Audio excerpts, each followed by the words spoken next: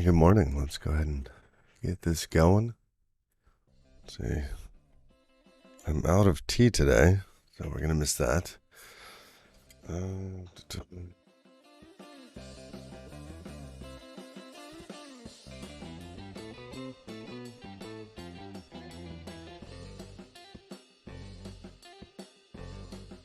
All right. Oh, and... Huh.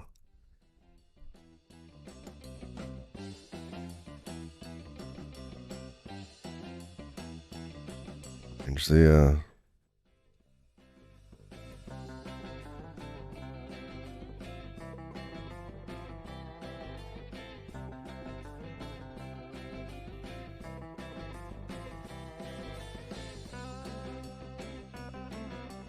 video didn't start up.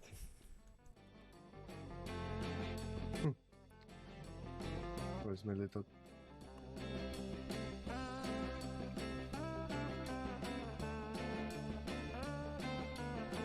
Funny how this happens sometimes. It's usually because I'm moving,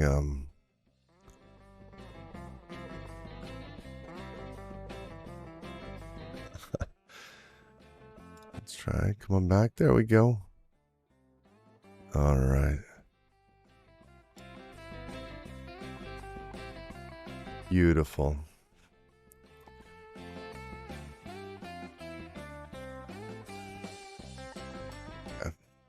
Hey, Moscow Bish. Good morning. How you doing?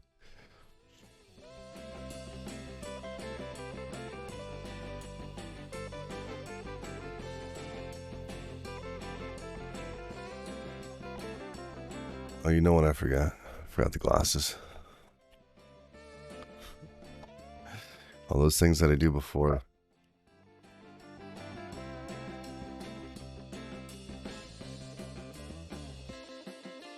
Oh, that's better. And I think we're gonna go a little bigger today. Yes. I'm feeling better.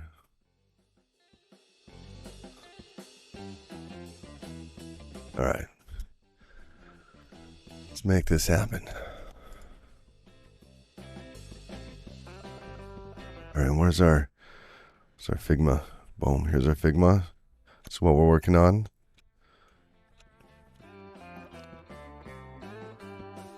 Right. So where did we leave off last time? Oh, that's right. We were switching to Visual Studio Code.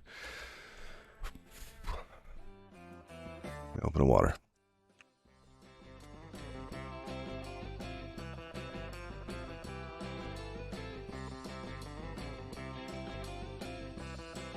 Lovely.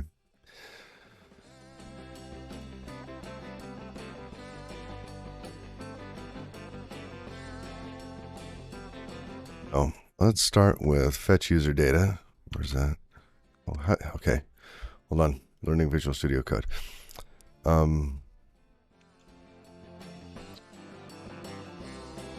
Back here. Quick open, hover. Insert cursor below.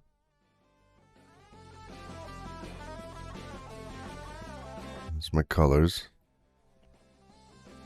Huh. These can just go up. Yeah, not going to clean that up at the moment. But in VS, no, in the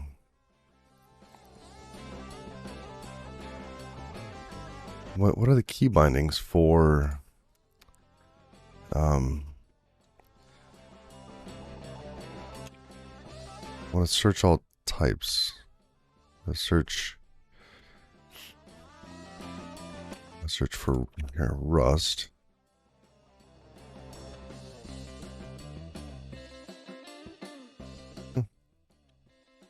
Locate parent module. That's interesting.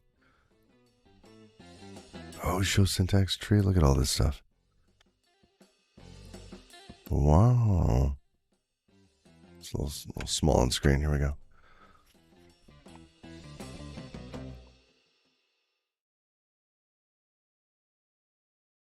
Related tests. Restart server. Run.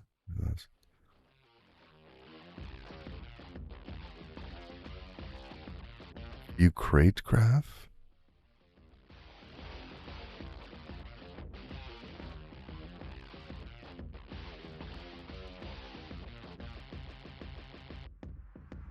All right.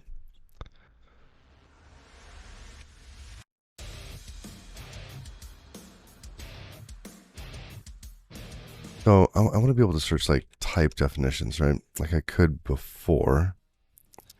Types, show types. Okay. Type definition. No.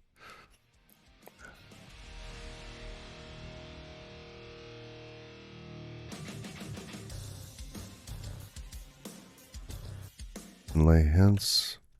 Go to implementation. Go to definition, declaration.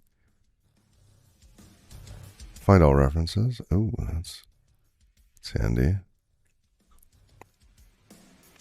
All right, but let's close that little window. Let's go to X here. Rust Analyzer. Workspace symbol search. That's what they're calling it.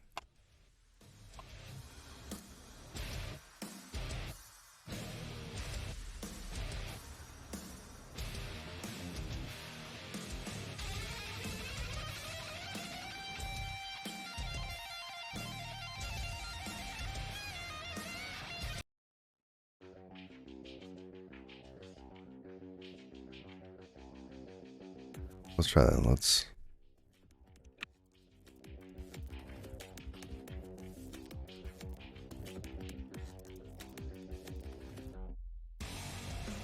All right.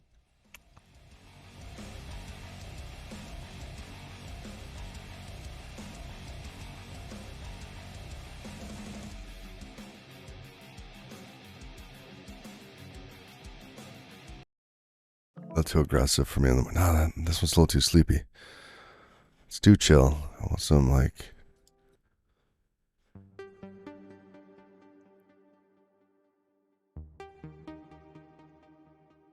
Try that. All right, so we are looking for. Oh, look at that. Command T.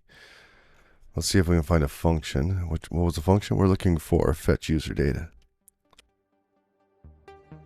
Ooh, look at that. Boom. Done. All right. Now we're there.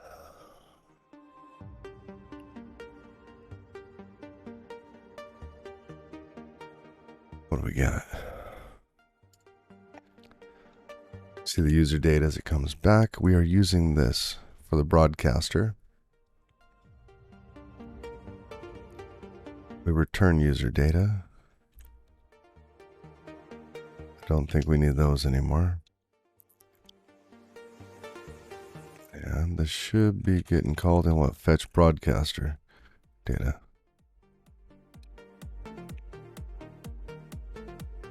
Oh, we changed that. Okay.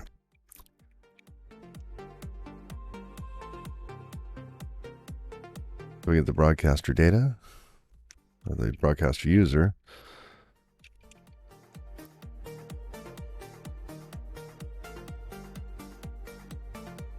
Save it in the app state, and then we toss it in the event stream. Broadcaster loaded. Right. Now, oops. From here, we've got a lot of stuff set up. We really don't have to start with like fetch emoticons.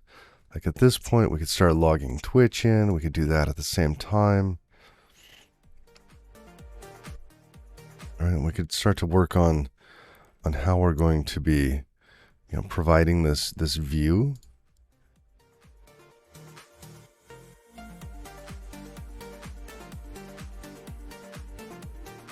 Let's see, how do we want to do that?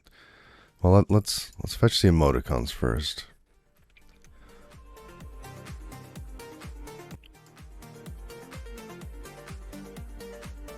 So here's our event stream handler. Right, if this was CQRS and something a little bit bigger, like a backend server app, we would.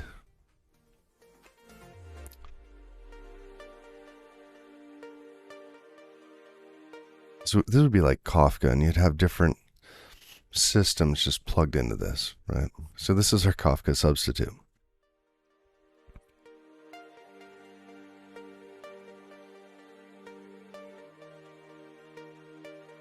Let me see if I can find a...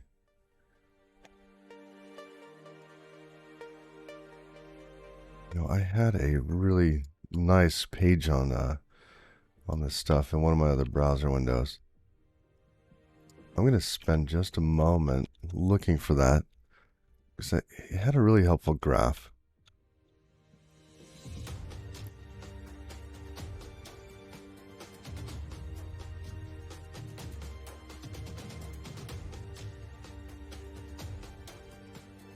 Oh, not this one. Oh, wrong window.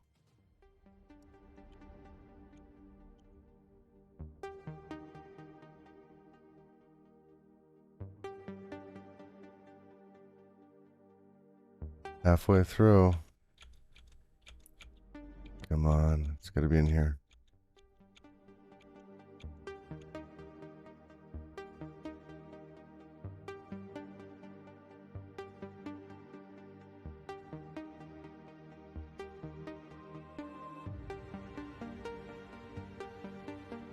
No, I don't have it anymore.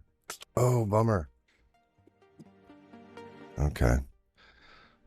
Sometimes I can get rather aggressive at like getting rid of tabs. I'll just like wipe out a billion tabs. All right.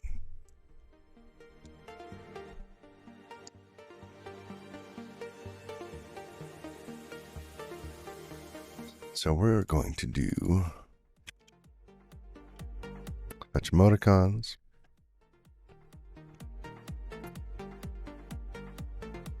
Now, we have this set up to connect Twitch, which is fine at the moment. But really it should be fetch emoticons. So like we pass in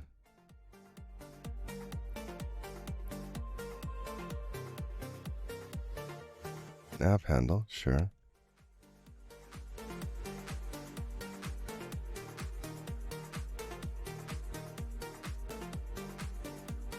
Okay.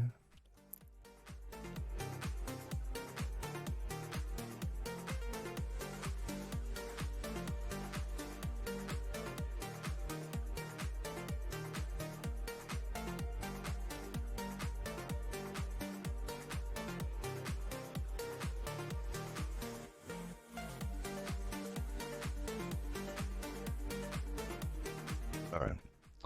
So we get some auth headers. Call fetch, pass in our method, URL, our auth headers. Why are we cloning these? Oh, because we make 2 requests. Okay. Oh, and we need our broadcaster ID here. Look at that. Okay. So here's our global emoticon data, broadcaster ID. Then we get our channel emoticon data, and then profit. You know how it works. Okay. It's only half wired up. Let's get the broadcaster info.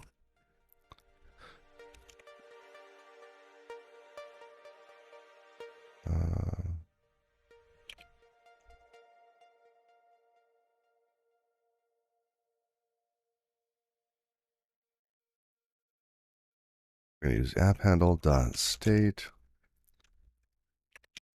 And this is broadcaster info.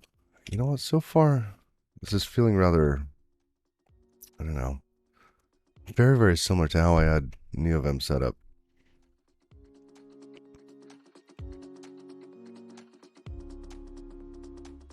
Now, should this just be an ID? This is a user info piece that's coming back. So it's just going to be ID. Something like that. All right. Now let's go to broadcaster info here. We're going to toss a little getter on here. So let's function get self. No, we want ID. That's going to be a string.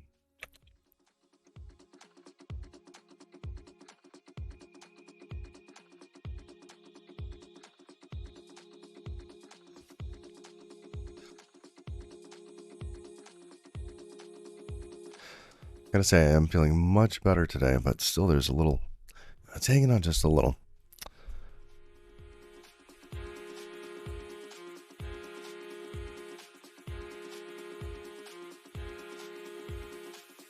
Expect that broadcaster is loaded.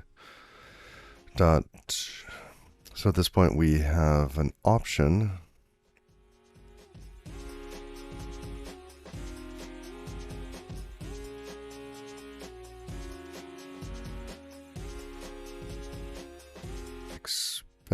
Oh, okay. This one here is broadcaster is loaded. Oh man, I'm tired of these double. One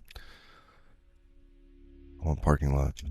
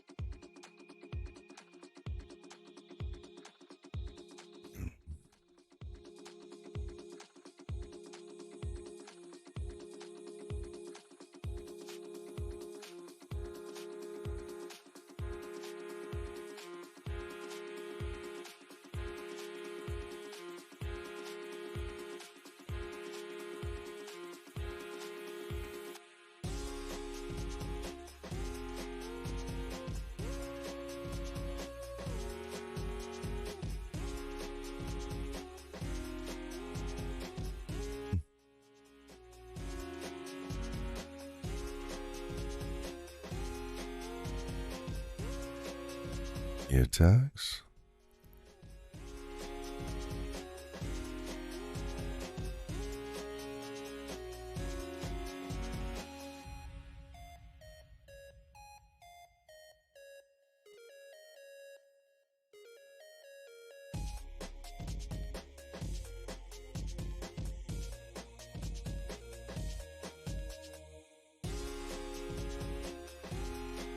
I want terminal on the right hand side. Why isn't it over there already? Come on, right there.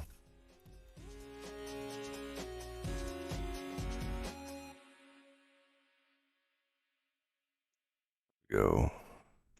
What features?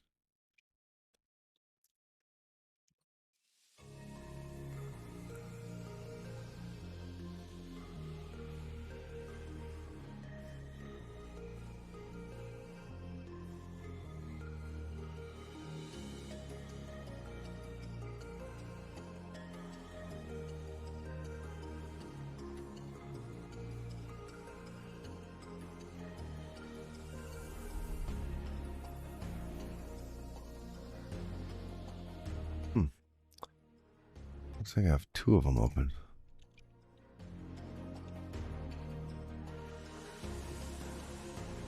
Fancy. Okay.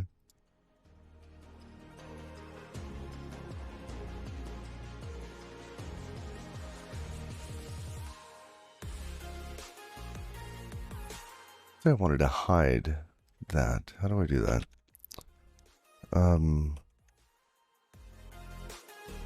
I'd find. Delete all. No.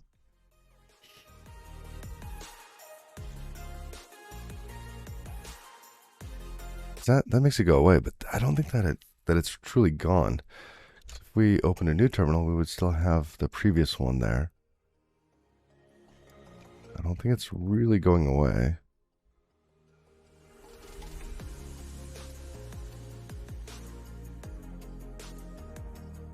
Huh.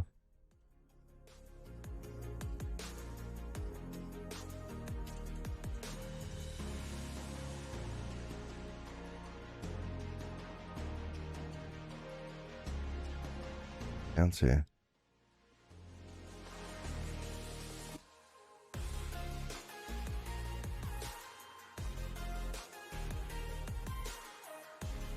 All right.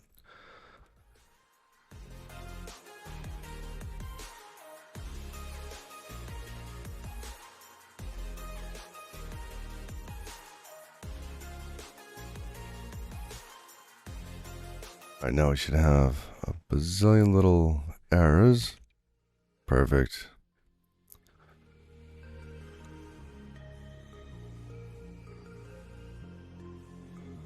Boom.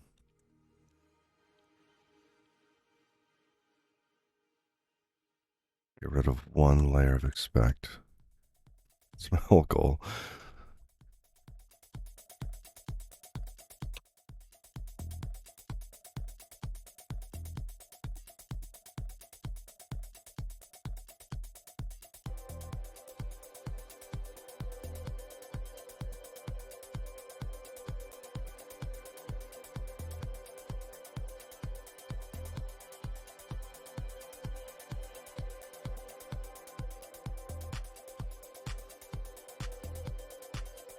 Perfect.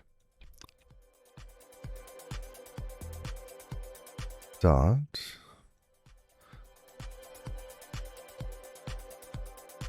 Found user data. Okay, so now we have a user data.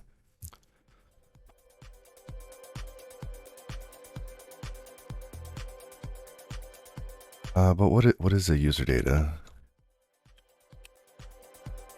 It's just an okay. So we just have ID there. We don't have.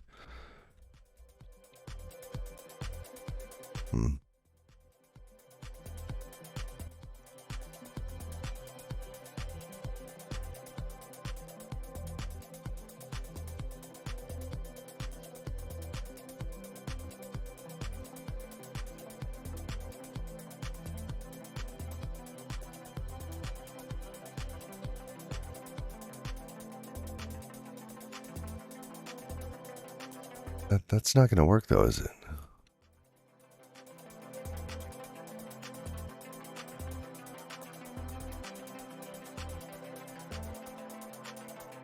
Yeah, I know that this will not work.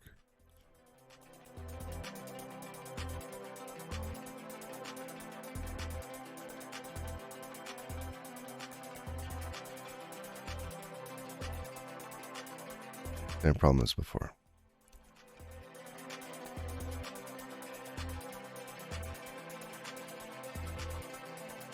All right.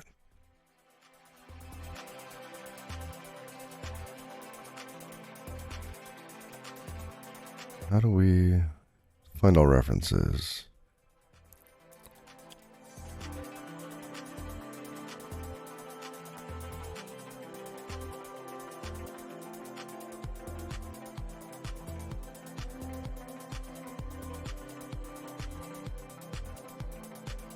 Shift Alt F12. Oh, you've got to be kidding.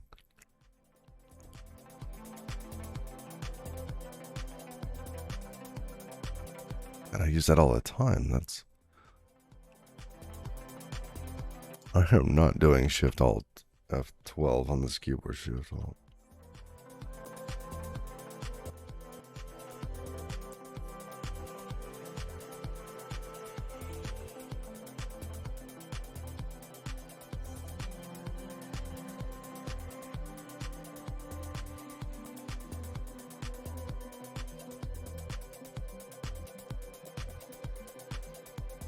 Then how do you close that stupid thing?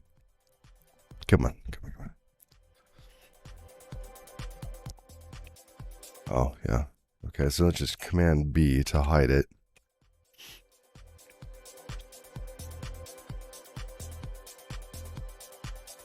All right, but Shift Alt F12, no.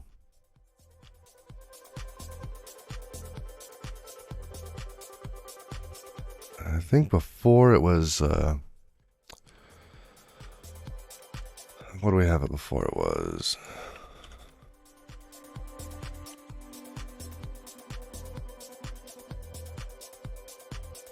GR.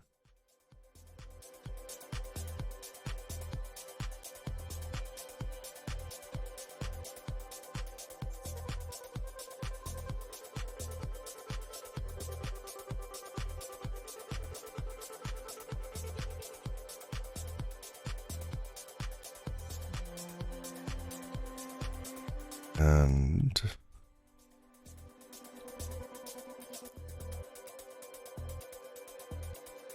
find all references. Okay.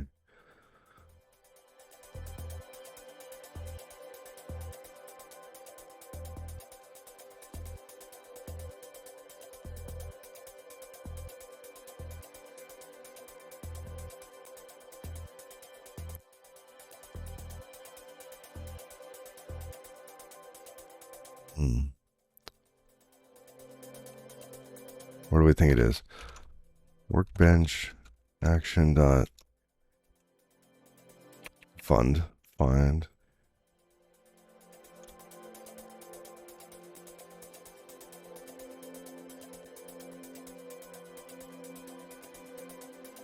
And default settings.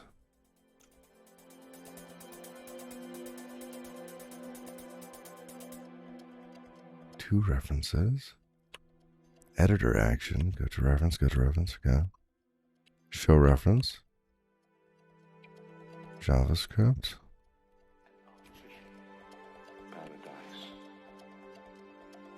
Reference. Ooh, it's gonna match a bunch in here.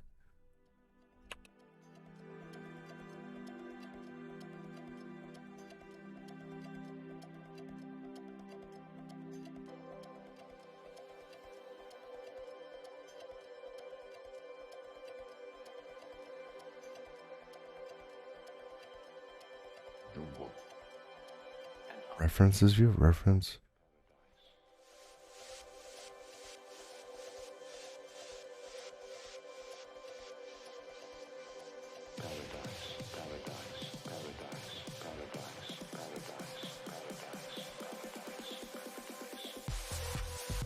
What about the key bindings? Can we...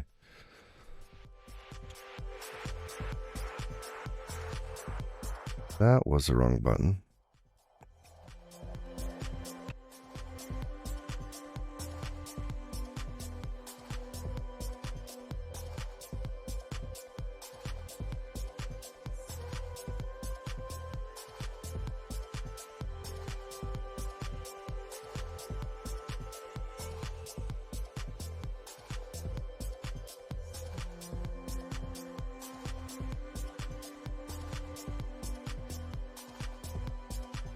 Now I'm getting stuck on this.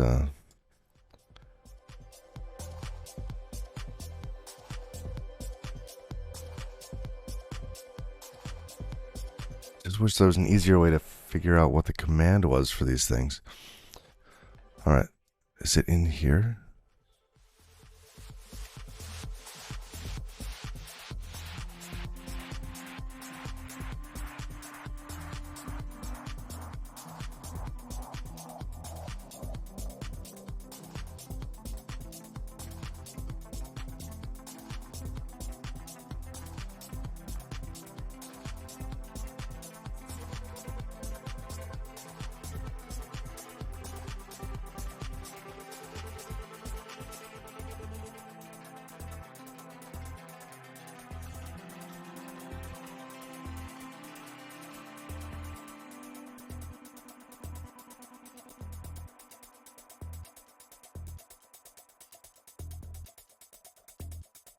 It was what? Shift, Alt, F12.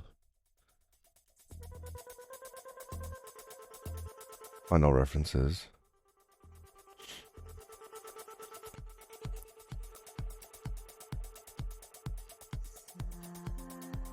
Okay. So references, view, dot find references. Let's see if that works.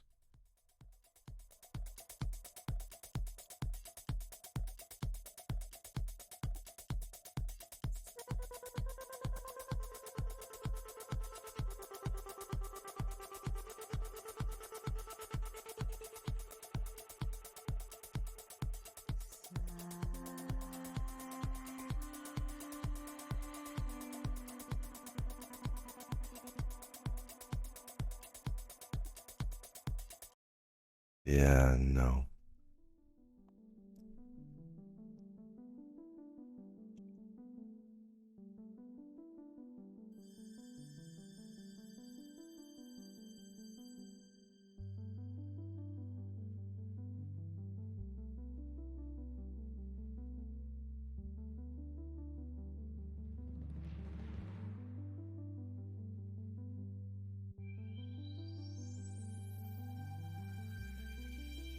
Go to references, Shift F12, editor action, go to reference. Okay.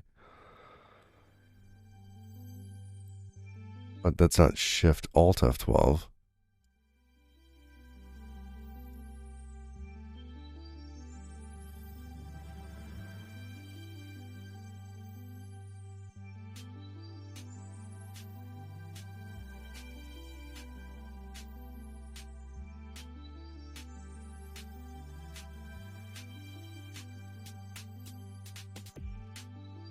What does Shift F12 do? Let's say we're on emoticon data and we say Shift F12. Oh.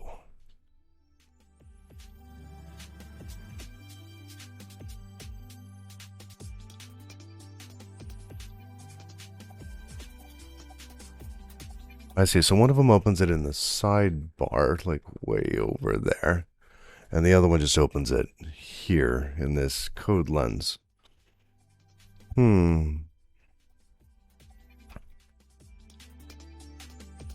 All right.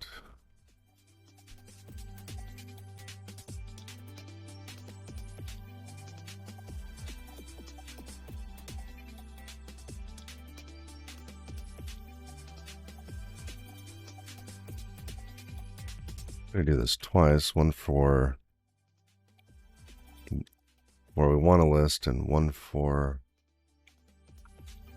where we want, well, one for when we just want to be able to jump to one, and the other,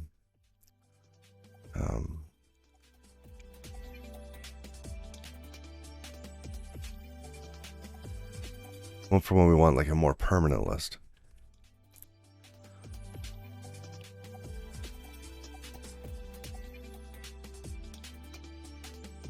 References search. Ooh, let's try that. Let's go to broadcaster info. Okay, that's this one, and we can bounce to wherever we want to go. No, references search not there.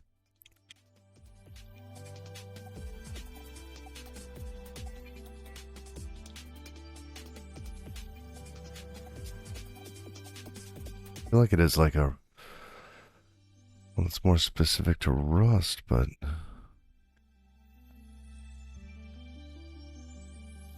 feel like we got close.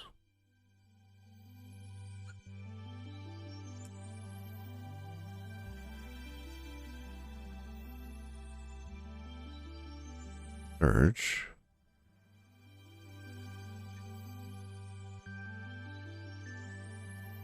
What else is in that section?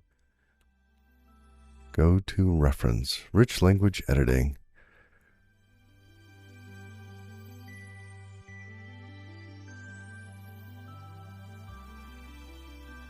Yeah, it's not in here.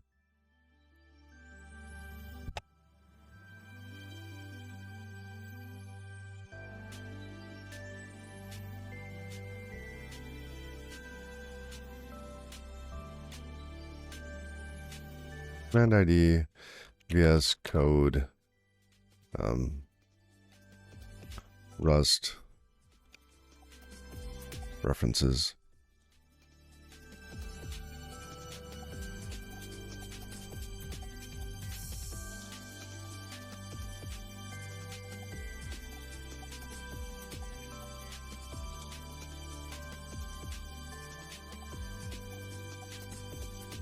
Oh, that's great. Let's go look at the Rust one real quick. No, not there.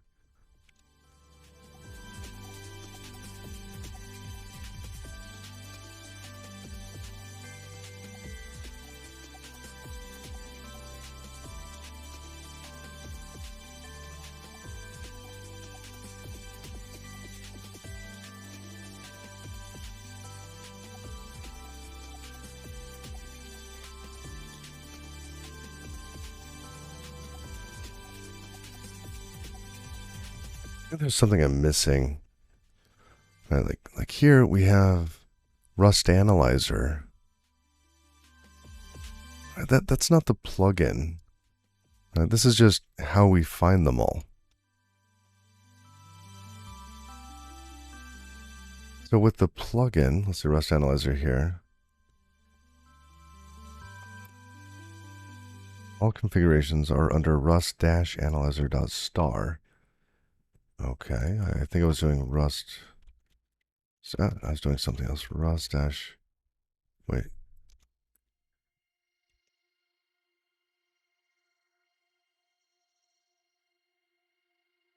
It's got Rust underscore analyzer. Oh, but this is for configuration. Okay, so maybe we look at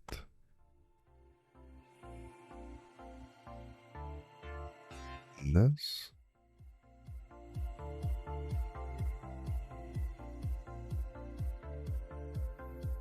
Semantic customizations.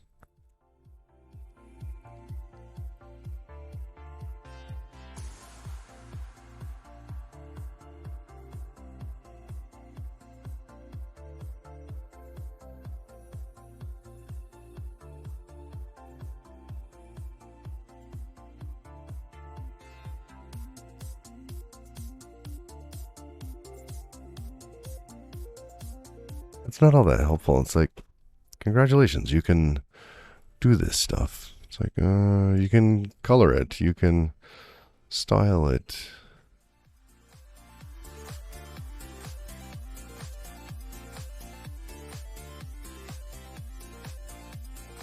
I do feel more capable configuring this than any of them.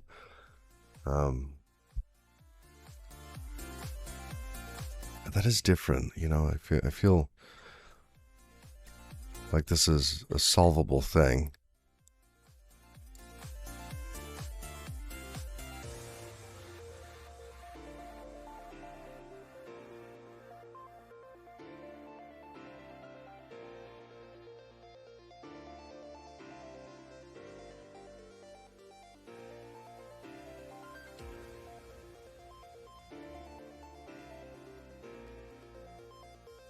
What is this? On command? What is?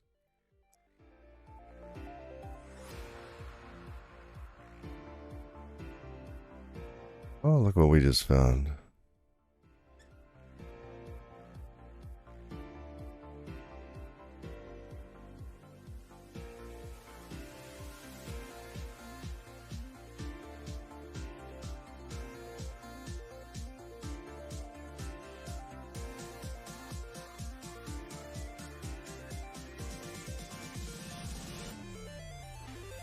Okay.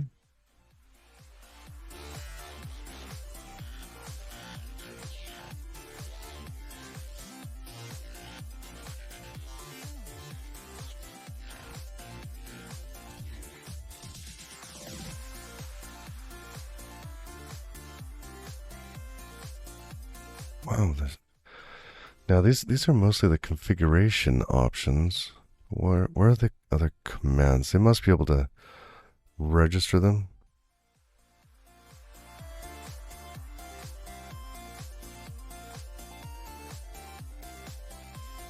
Oh, it might be. Let's see. Attenuation, ease in, ease out longer. Yes. The ease in, I don't know if it's possible. Let's see.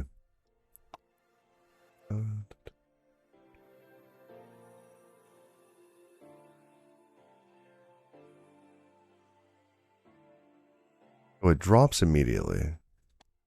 And we can definitely double the return time.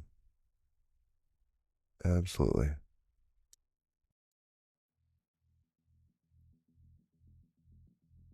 Here, we'll add a half. So double is like the full time.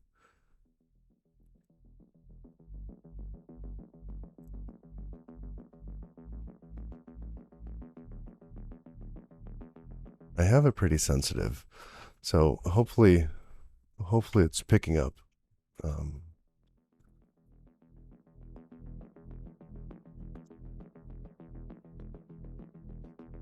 And Zach, I really appreciate the feedback on that.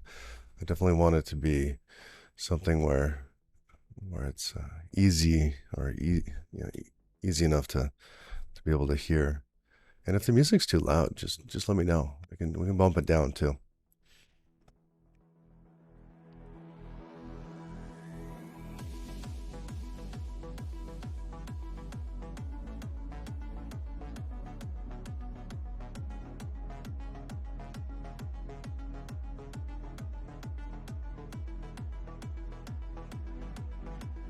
Now here we have a bunch of commands, matching brace parent module join lines.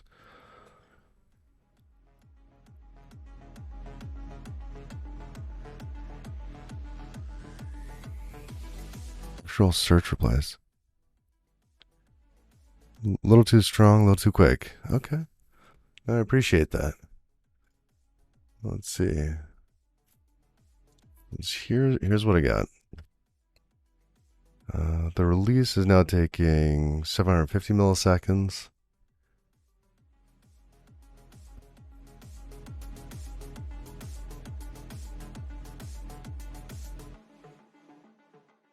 Before it was 500 milliseconds.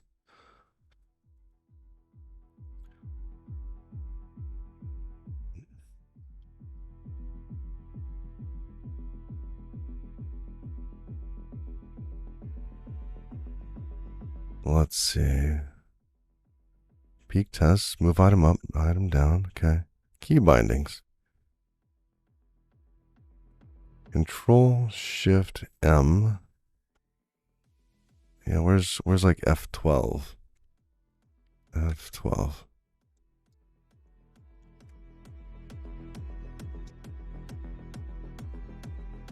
Yeah, it's not there. Mode. Language configuration.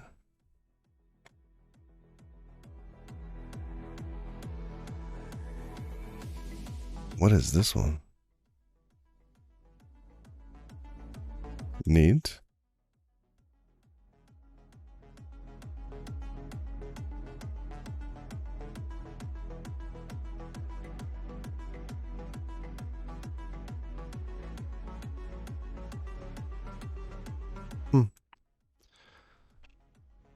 I feel like I've gone off sideways in this.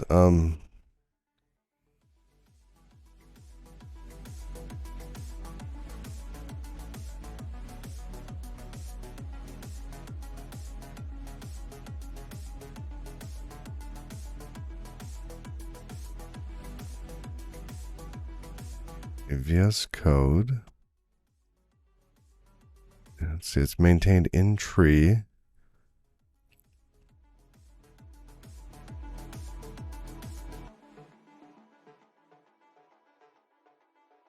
Okay. Updates nightly. Okay. Building from source. We don't need to do that. Language server binary. Rust up. Okay.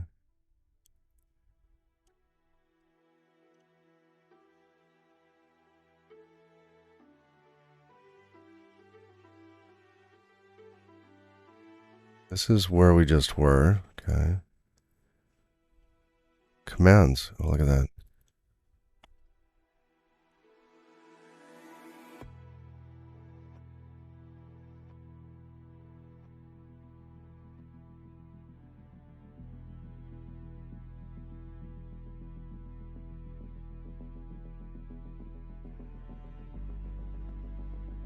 Editor. Action. Show references. Okay.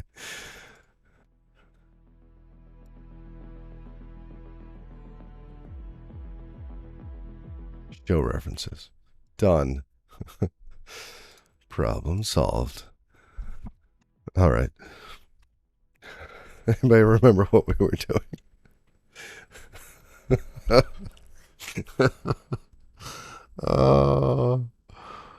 Okay.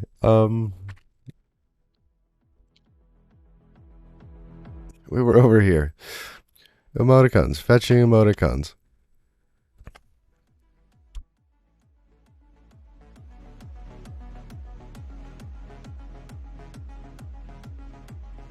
So let's try it out. Broadcaster info. Failed to handle key R. Argument does not match one of these constraints. Arguments.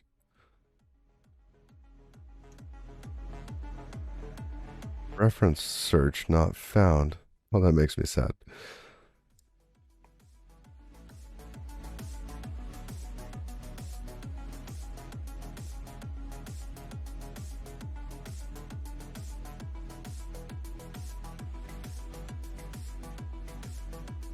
Really? But the other one works. Okay, show references. So if we do /gr, boom, that one shows up. All right. wow.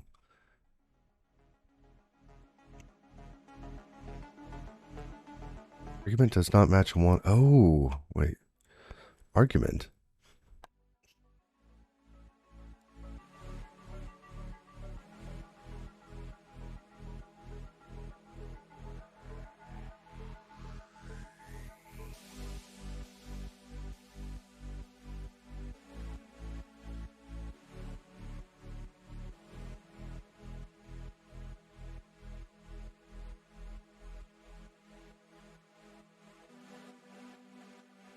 How do we do that?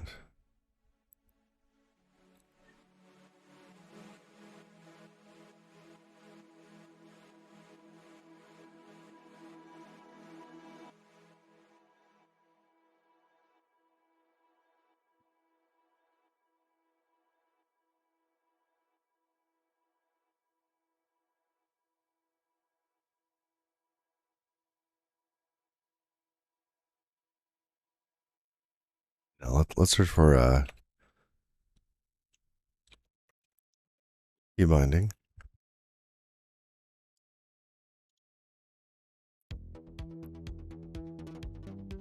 Oh my goodness, these are microscopic.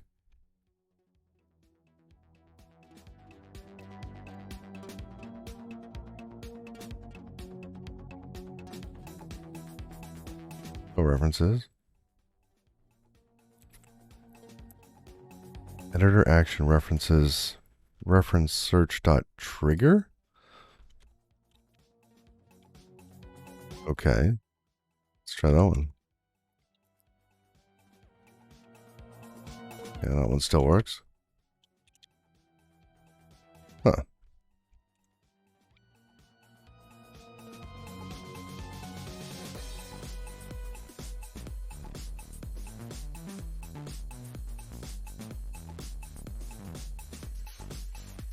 Oh, look at this.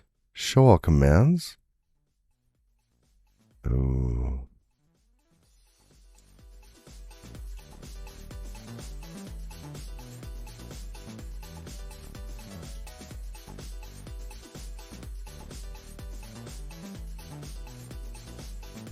Oh.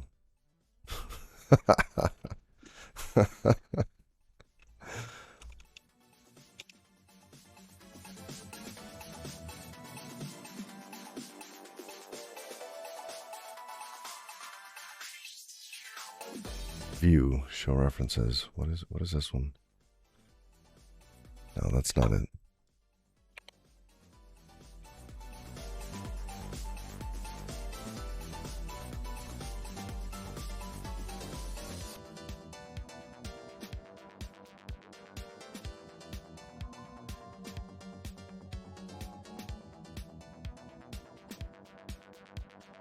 It's this one. References, find all references.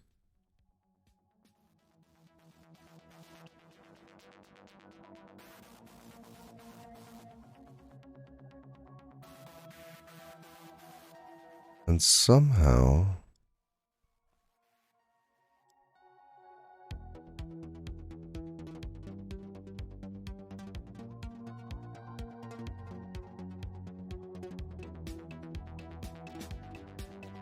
ends. Show references.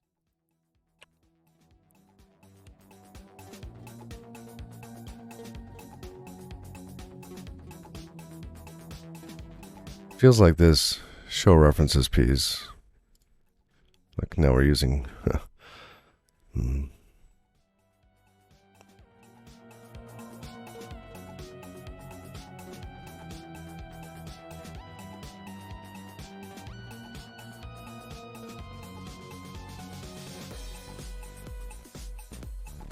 No.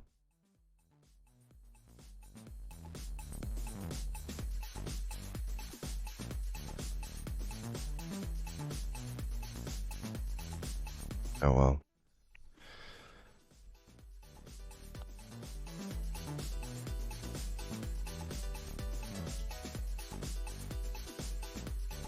But these are not keyboard friendly macros. My F key on this keyboard is microscopic. Like, it's the size of my F keys. Oh, they're like tiny. How am I gonna hit that? Like you're coding, boom, you want to find references. You start hunting and pecking. No.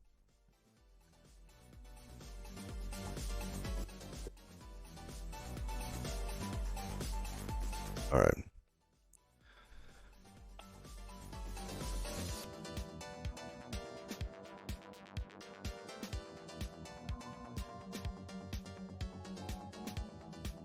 Two references.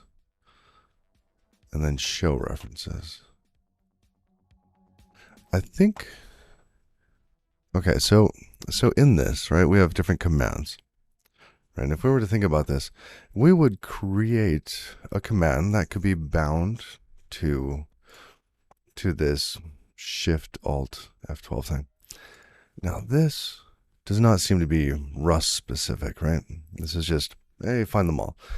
And Rust has just started to listen to this. So how do we trigger this? Wait. If when I hover on that, can you see that? Look, when you hover, it says find all references. Then it has references -view dot find references. Oh, that's where the commands are. Oh, look at that. Oh, I can't believe it was that easy.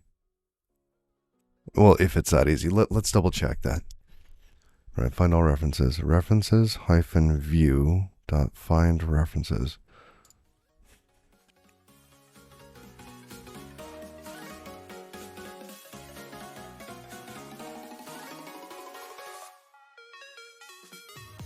I got lost to find REFER. Yes.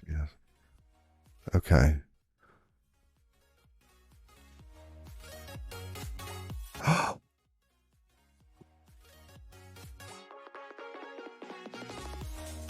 Oh, I never have to search again. Right, you just open this, the keyboard shortcuts, right, which is like what, KS, and then you get all of your commands like right there. Just hover.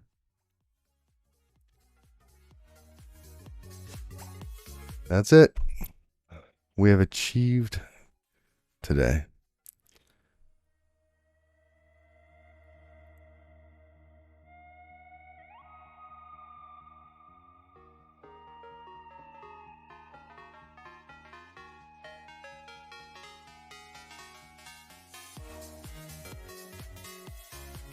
Right.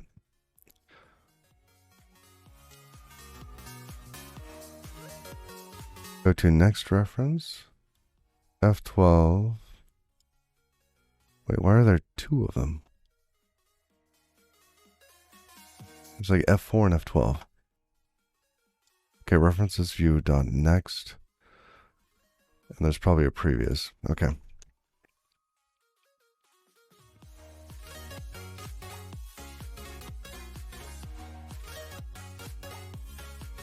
Peter RN. Oh, what was it? It was references -view dot next. Fine.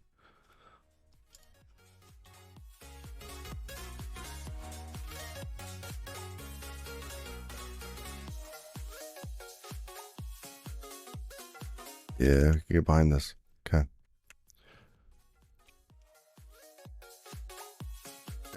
Good. Let's do. And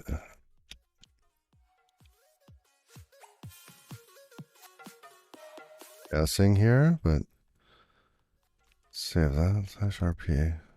Ooh. Okay, let's go look. Go to previous reference.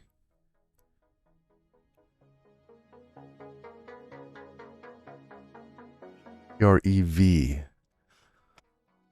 Really?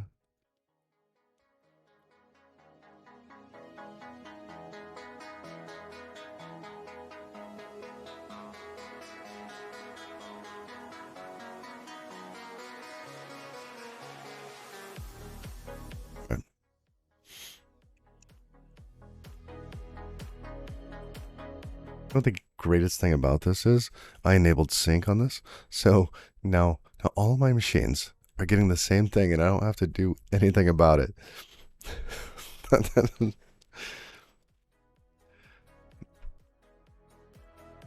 It's great. All right. Where were we? Oh yeah, that's right. Okay, so over here, right, fetch emoticons. And what,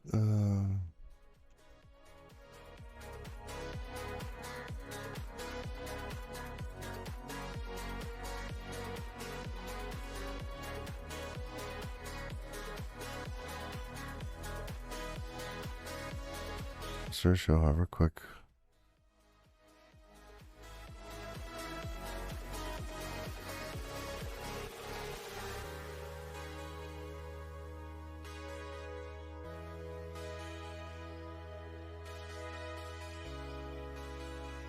All right. And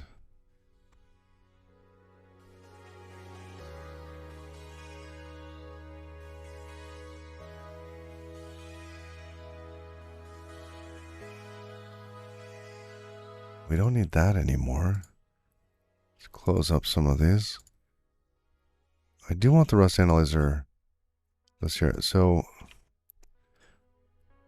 features, find all references. Now I want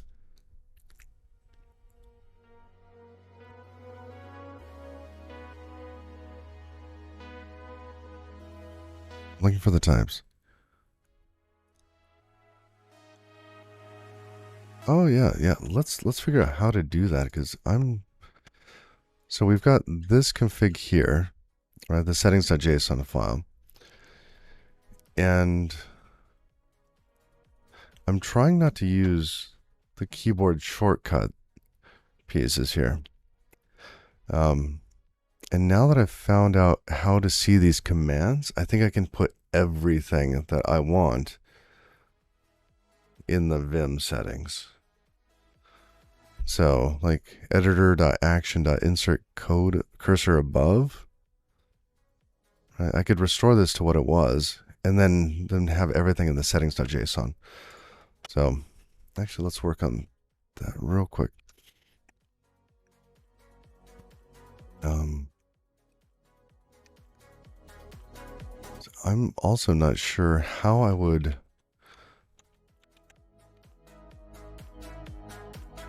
I have a number of plugins. How do I get like a link to this? How do I share this with somebody?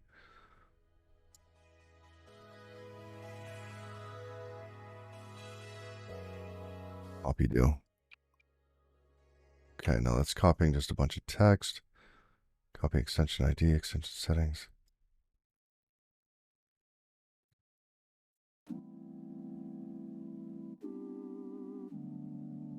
I could copy to marketplace links.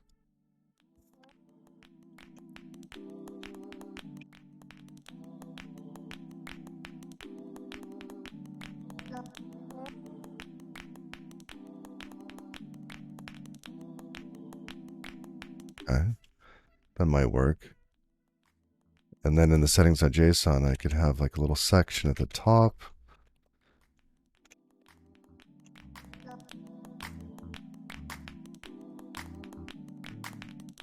Extensions used. Rust analyzer, right? Yeah, just want to copy this.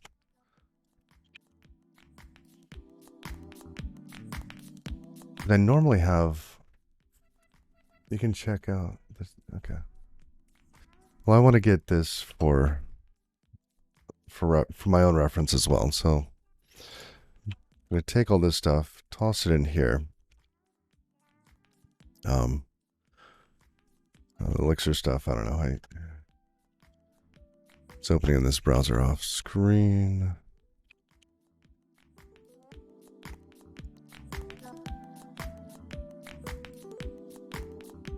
Now this one gets installed by Customize UI, so we don't have to do that. Svelte.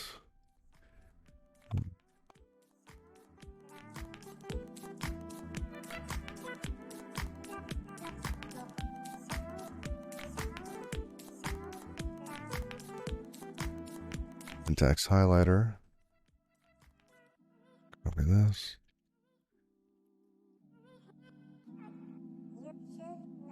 And then 2 more.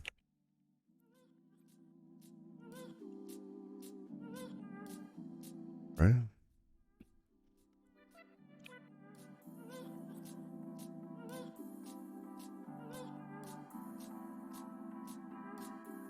And Vim.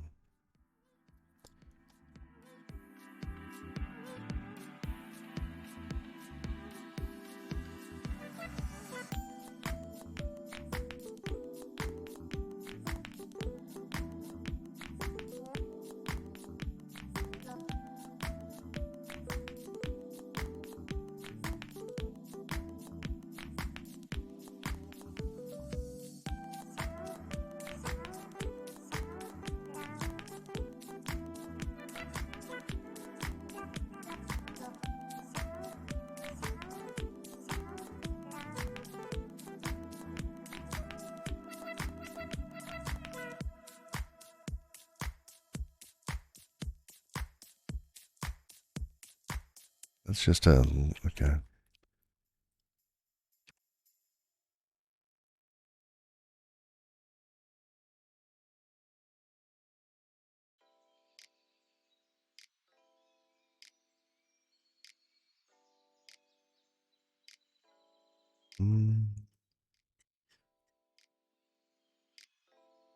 Okay. And before we commit that, I want to see how many user settings here. This cursor above and below, these are not going to be captured. Goodness. Just going to scan these 1,000 elements real quick. So extension, default. All right, we'll make this quick. 1 more minute, 30 seconds. 30 seconds.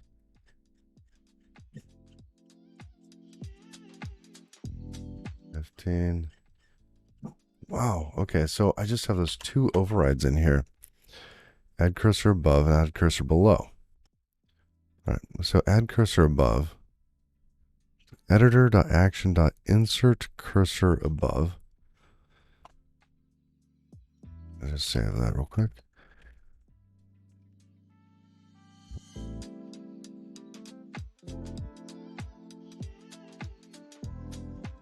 Double check that. Insert cursor above, okay. And this one, should that little hover of awesomeness show up? Okay, insert cursor below.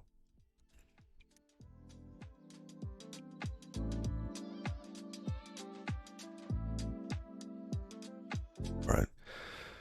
So I'm going to reset these. Reset key binding.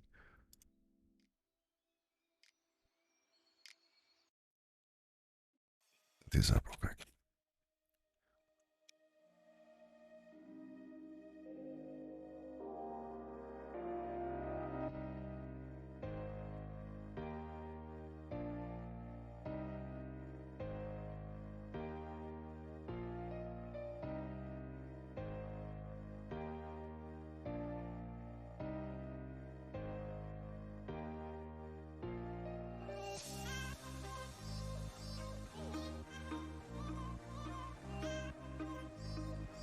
That was this control. What is it? CTRL? Let's see.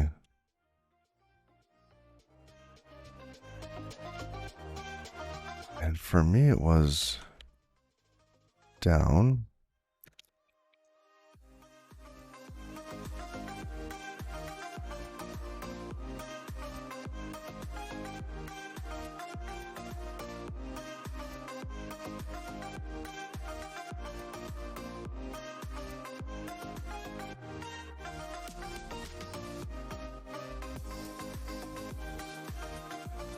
And that didn't work. It should have picked that up.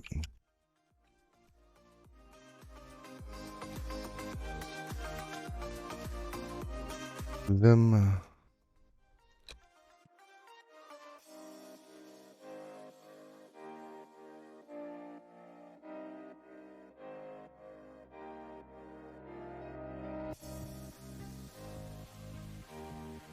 Did I just see?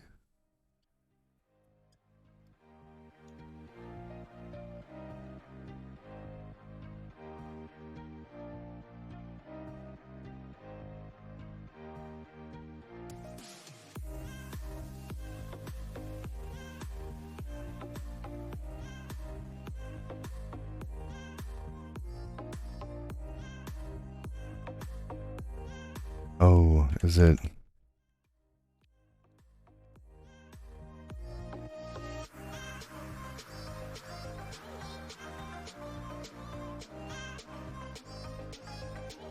Hmm.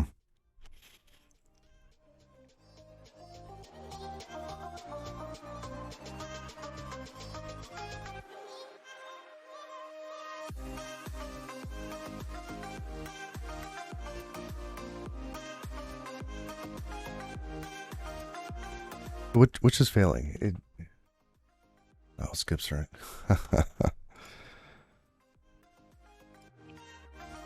4 minutes ago. Oh, I missed that one. Here.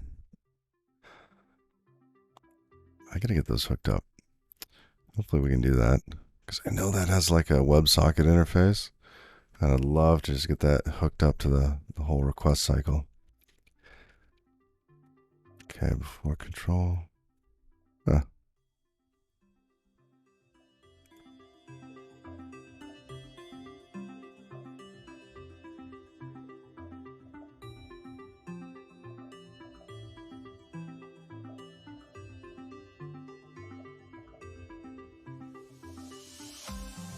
Time control V, control plus arrow in insert mode. Okay.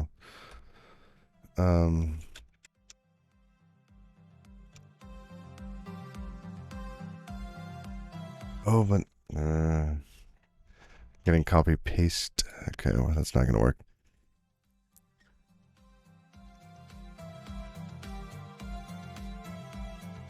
Dash down.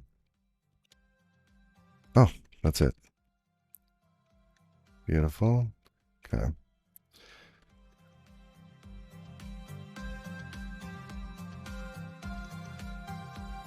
Oh.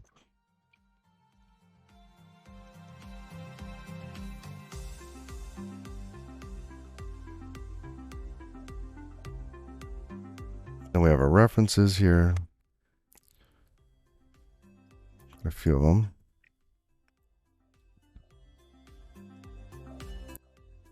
Oh, look. I also did this one.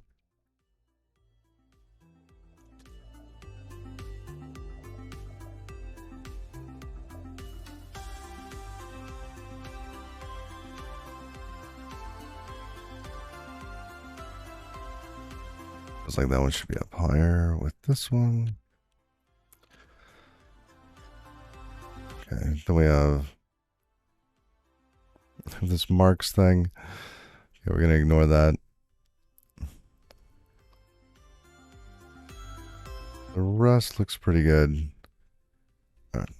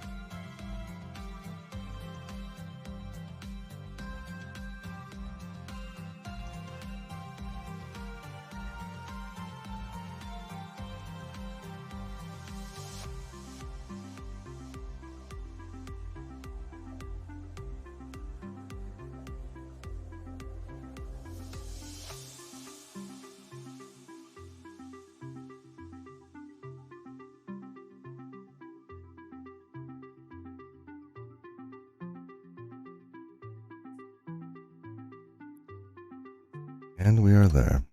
Boom. Okay.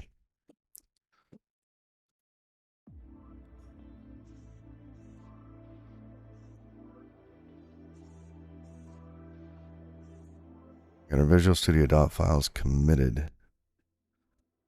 Beautiful. Okay. Emoticons.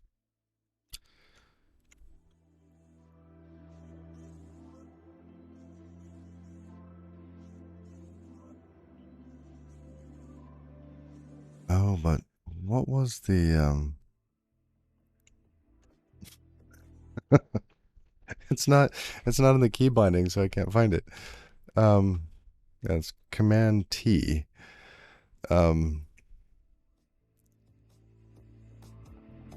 That's funny. Okay.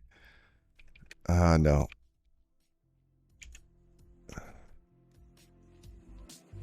Is it?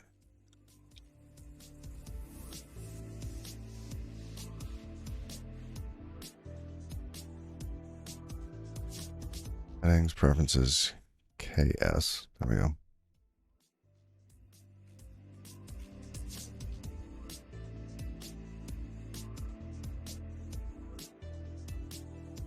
E.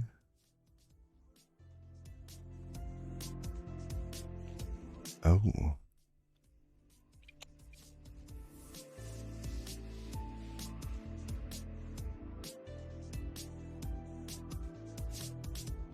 I don't know how to search for, like I want to search for something that's binding to the letter T, but how do you input one of these little fancy, command things?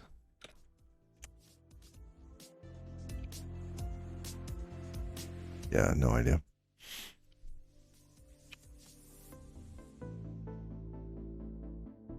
Oh, record keys. Oh, there we go.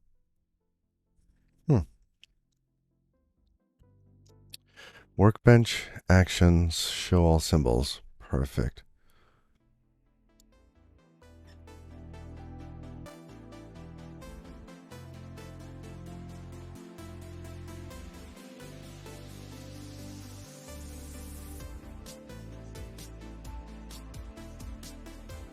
And for me before, that was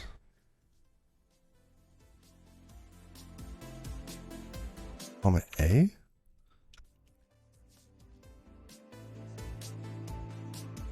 A comma A. No.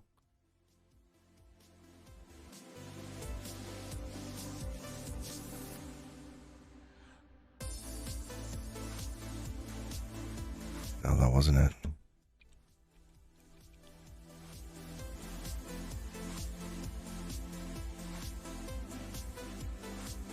I was using the COC example config.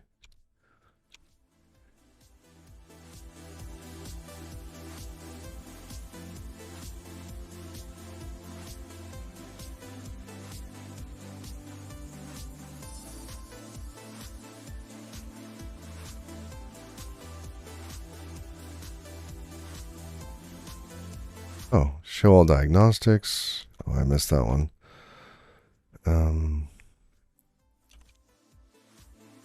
Find symbol of current document. Oh, yes.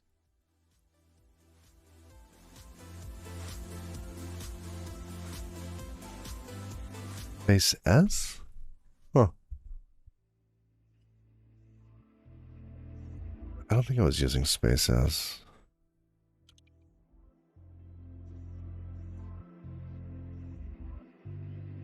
I think I had something else.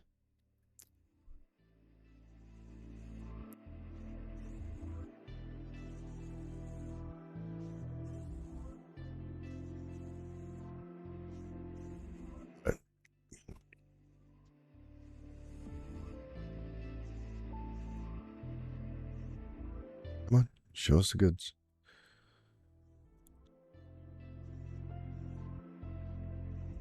Show all symbols.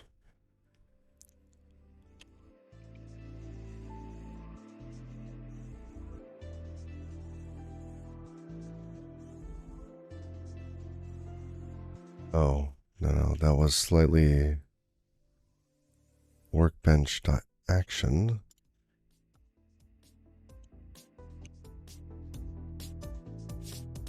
Okay. No. All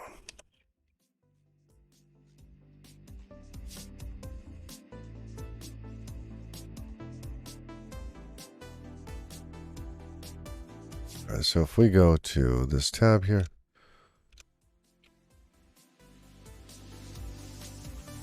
getting that, I think it's doing something else.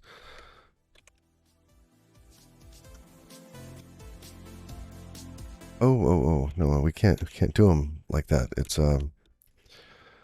comma that. Okay. There we go. I don't really like that though. That's a weird feeling. Let's go with leader instead. There. Much better. All right. Fetch emoticons. Here we are.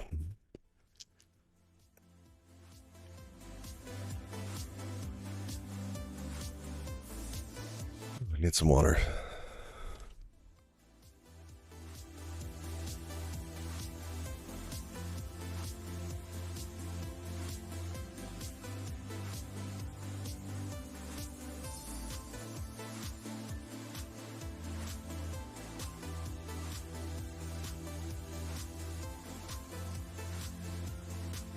You know what I haven't opened in a long time? A collection of jokes.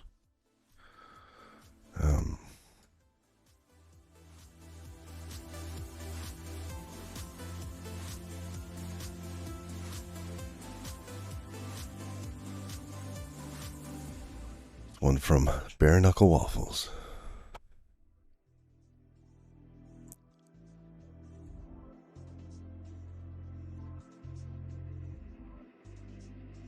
I like telling dad jokes.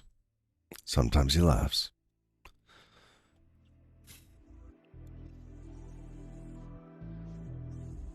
That's a good one. Oh.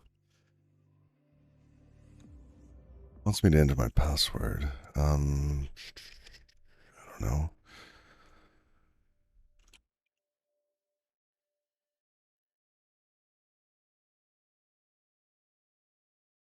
And a code? Goodness, Microsoft, you are greedy.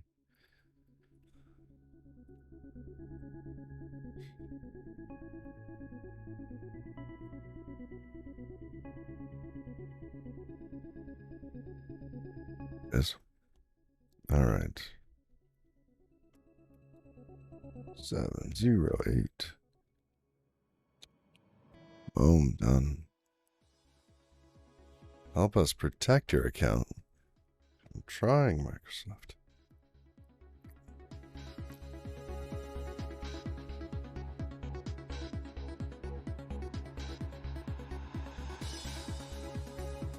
All right. And away we go. All right, so we got the broadcaster ID. We should be able to fetch the emoticons from our channel. All right. And then we get 2 sets of emoticon data back. Now, I think the emoticon data was actually slightly different between these two, wasn't it? Let's go back and look. Twitch emotes, channel emotes, ID name images, blah, blah, blah. And global emotes. Yeah, there's less data in this one. So I think we ended up just, I don't know, I think I just, oh, you know what? I can make some of these properties optional. So emoticon has, what is this?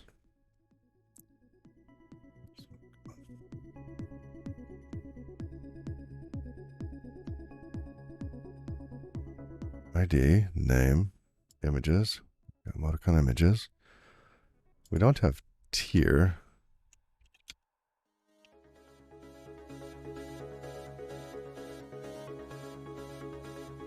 option to a string.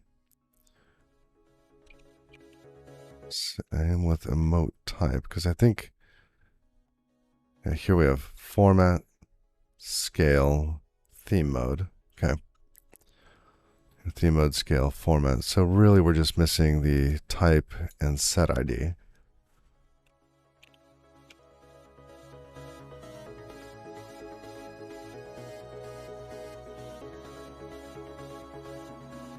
Option to a string. Emote set ID is another option to a string. Okay. So the optional pieces are from the channel emotes. Everything else is consistent between them.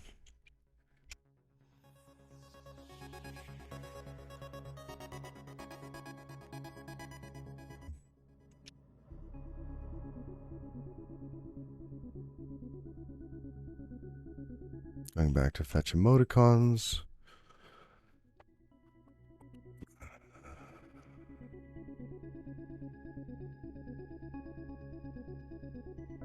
Now that these are consistent,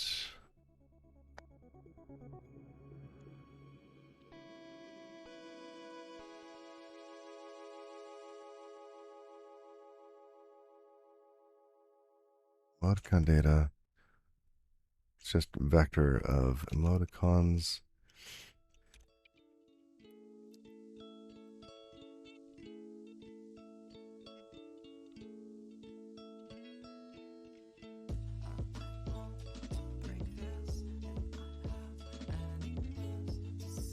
And we want to return vector of emoticon. Okay, so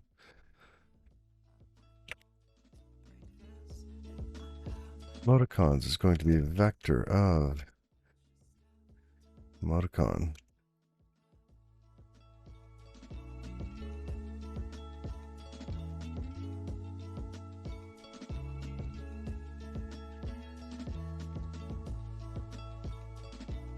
And this is, we're going to take over the global emoticon data.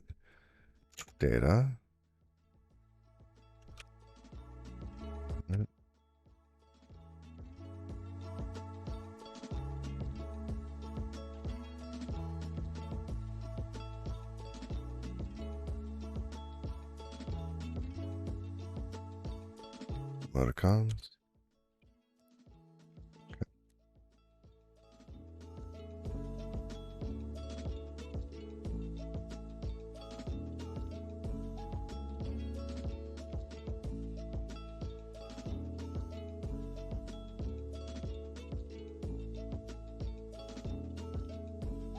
Channel emoticon result.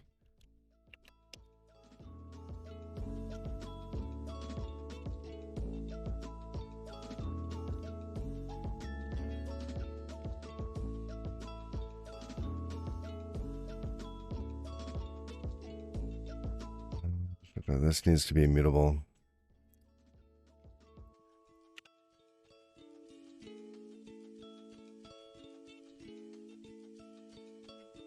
Look at what the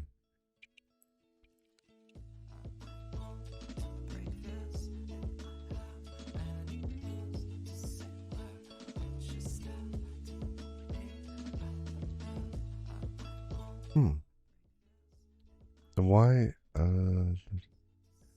channel emoticon data, wrong one. Okay, and now it's not immutable. What? Yes, not mutable. Okay, and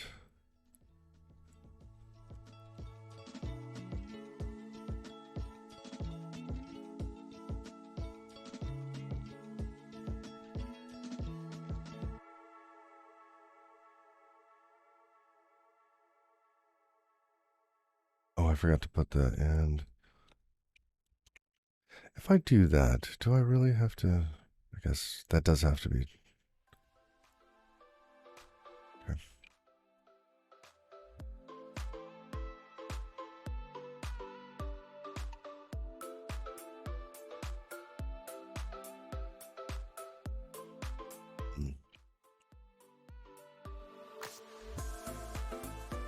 then we get the emoticons back. Where is this being...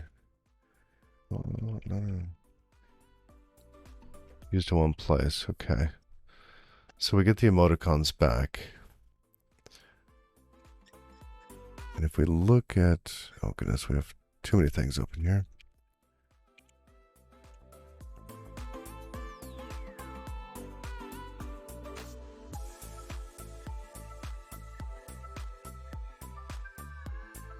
Right.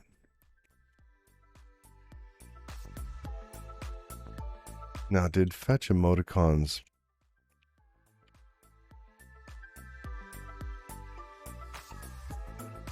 It did not emit an event. So we need an emoticons loaded event.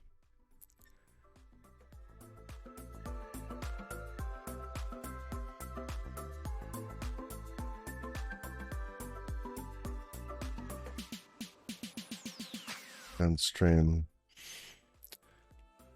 I want to send it an app event.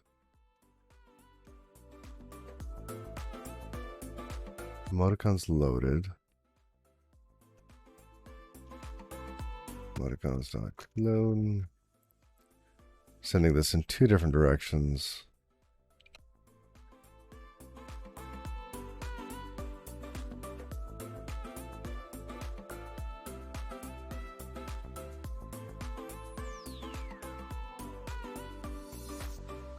Oh.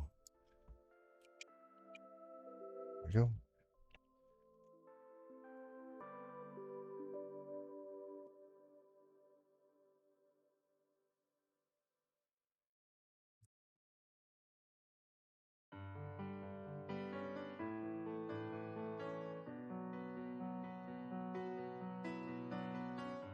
All right.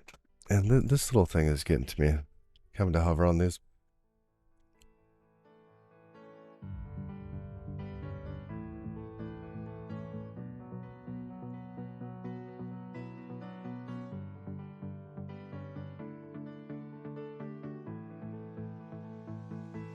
Why doesn't emoticons like clone?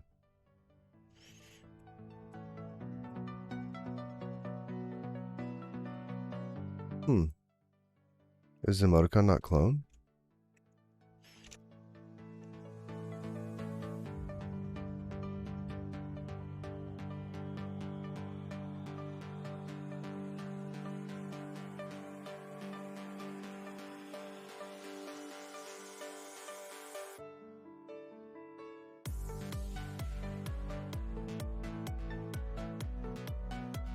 Okay.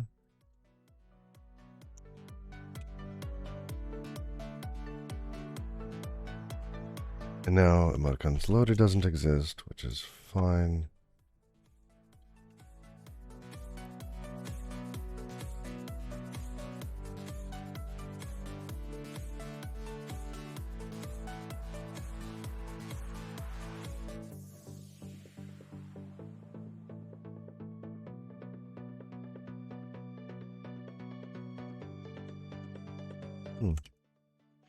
Oh, that's in a different place. All right. Yeah, I've basically got two files for this, so it's not well organized at this point in time. Let's create a file for emoticons.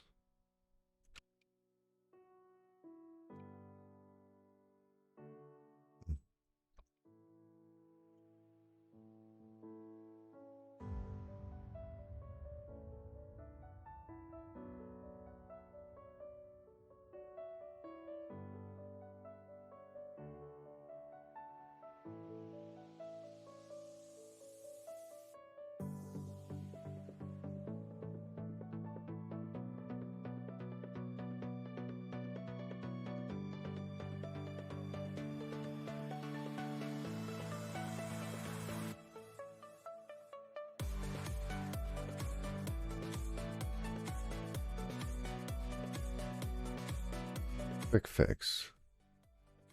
What is this one? Editor action quick fix. All right, symbols.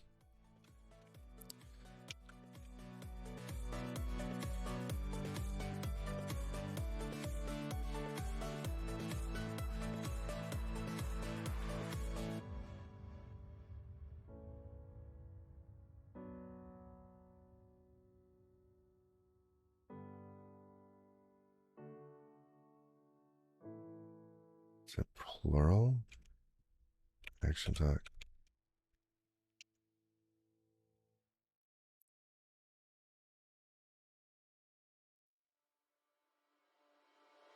Okay.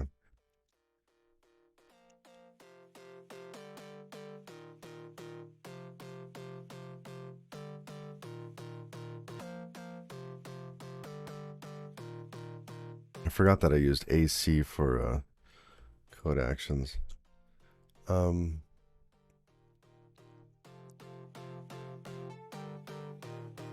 What did he? I think it was comma A for the other thing.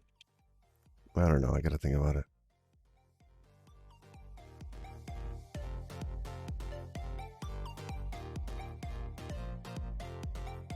That works.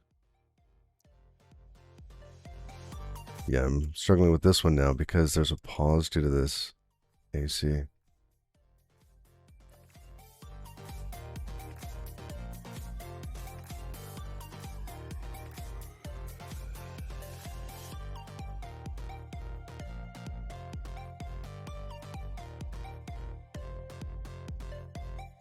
Got that. Not too bad.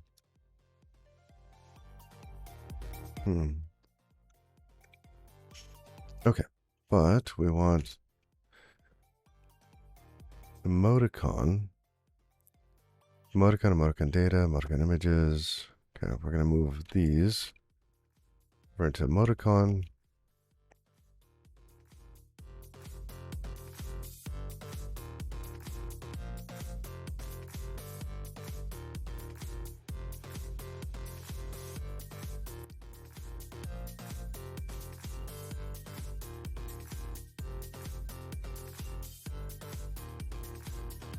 Okay, and each of these structs needs to be pub.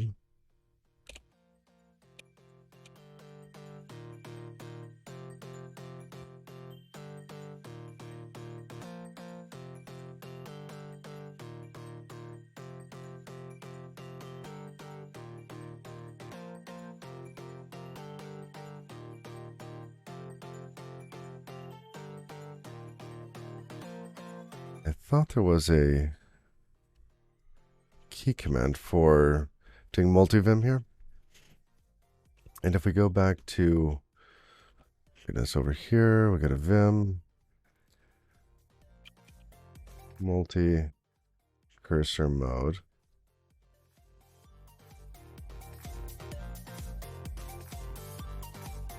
Can't click down to that. Okay. Let's continue searching. GB. New shortcut we added, which is equivalent to Command D. Okay. Command D. Interesting.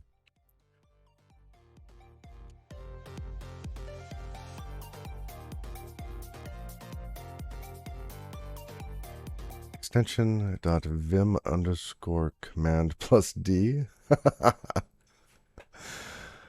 That's like all it is. And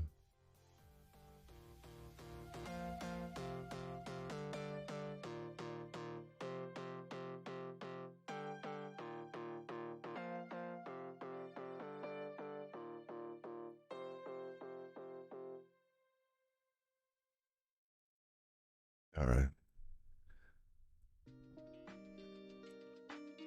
What about GB? Yeah, that's just straight up vim. Okay. So was it Command D? Extension of vim code D.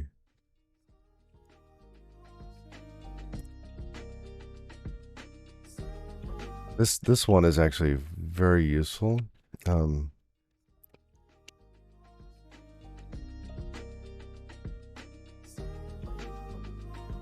Was extension vim command.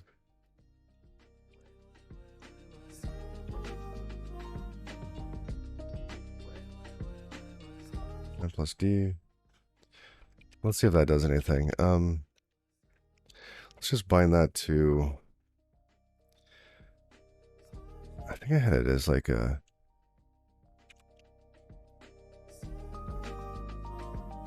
N.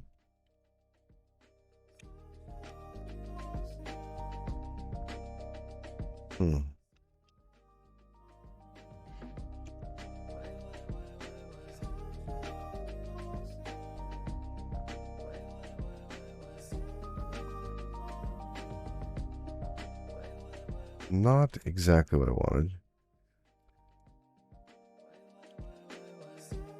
What is Control N set to?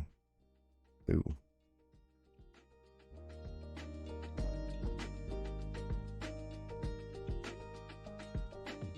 Maybe I just learned this one. GB. It was GB, wasn't it? G.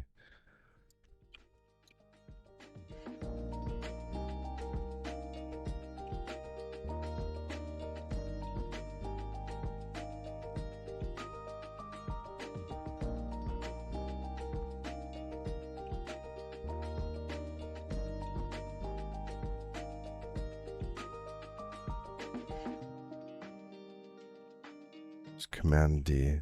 Okay.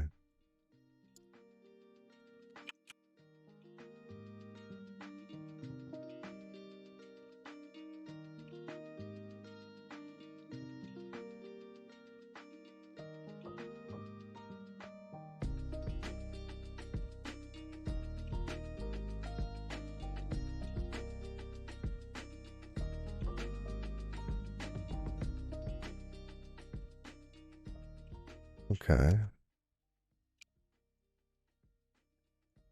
So now I have 3 cursors, but what do I do with it? Like, I'm not... See, the other mode seems to work, where if I do this, I can enter insert mode and then start typing. Now here, where it's like so,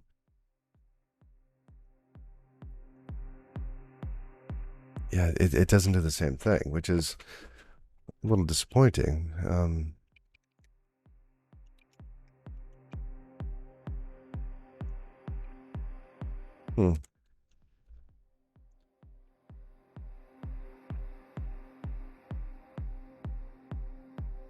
That's too bad. Oh, and it looks like I lowercased everything at some point. Wow. All right.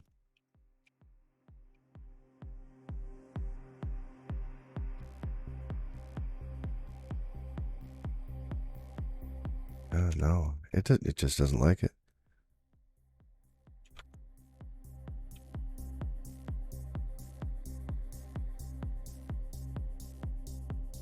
All right.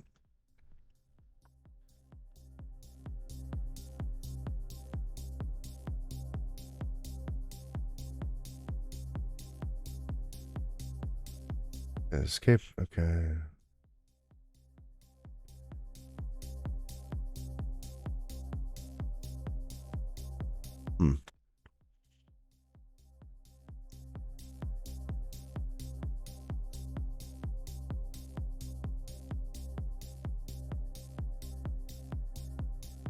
Well, we'll use them when we can. But yeah, this one didn't work.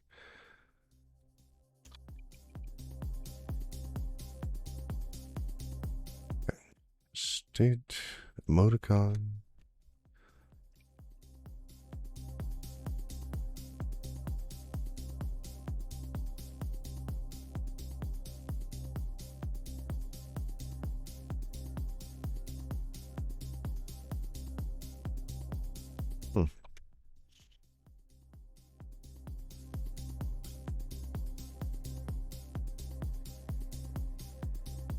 Oh, we already have it. Okay.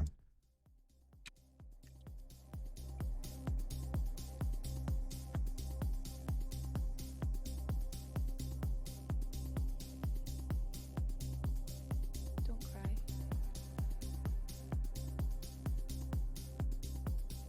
Talk to me.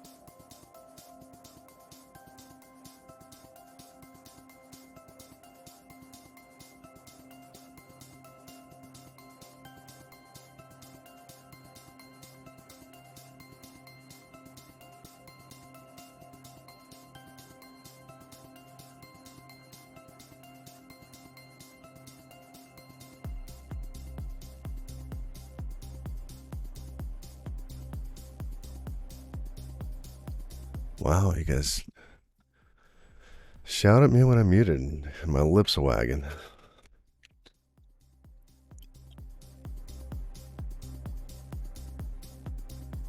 All right. I was just saying, I think we should store these emoticons in something like SQLite.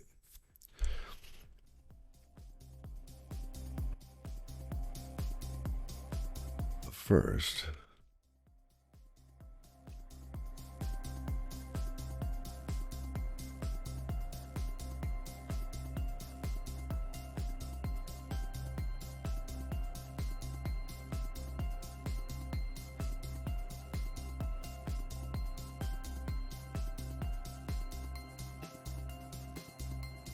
let's see if it runs.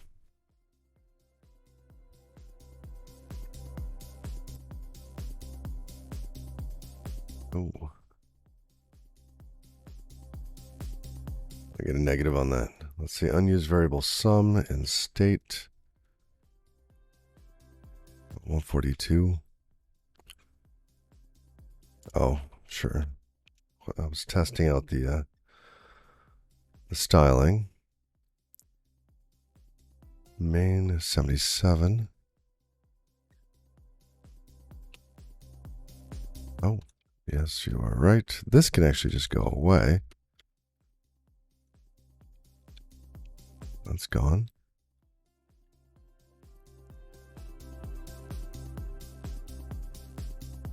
Ooh, 61. Unused variable event stream. I don't see event stream here. Main. Oh, here.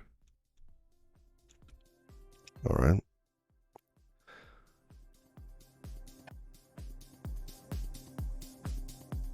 $69 access token info. Yeah, we never ended up using that.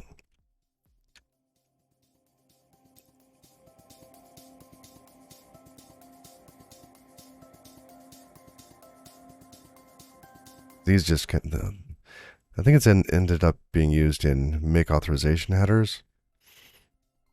It's fine.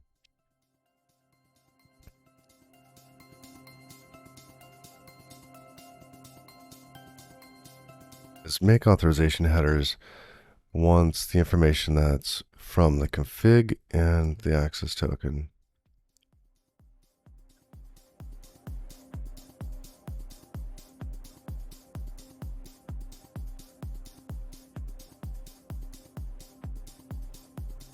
All right.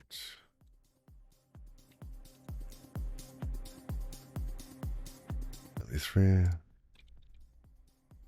Whoa.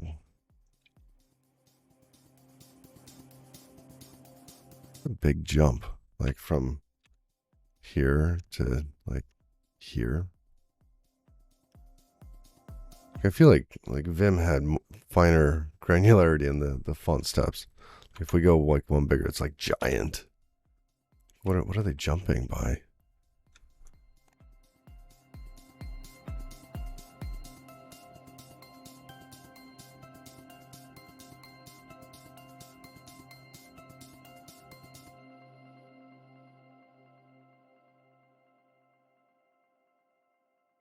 You're at like 16. What if I did like 14?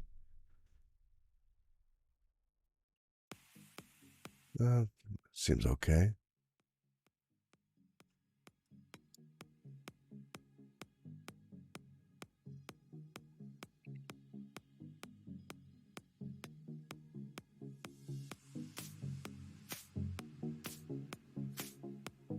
Terminal. 14. Sure.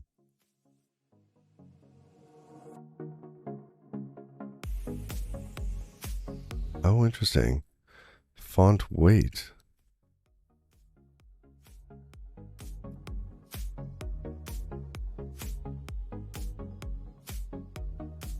Interesting. Normal. Okay. And where were the settings? And here, normal and bold. Let's say it's like 100. And for bold, let's go with like a 200. Oh, thank you. Okay, that's a little thin though. So 400. I know it was just like way too much before. See, 500. That's even getting a little on edge. Okay.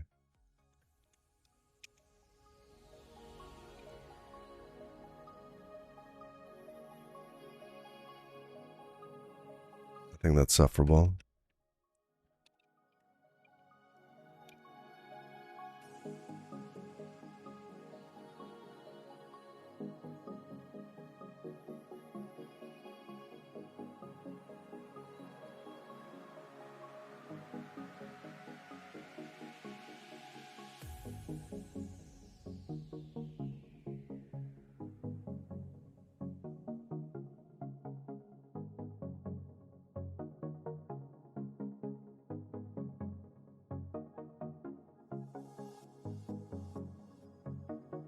Oh, font family. Oh, that's why it looks so different. Oh, what was it? Font. We want this one.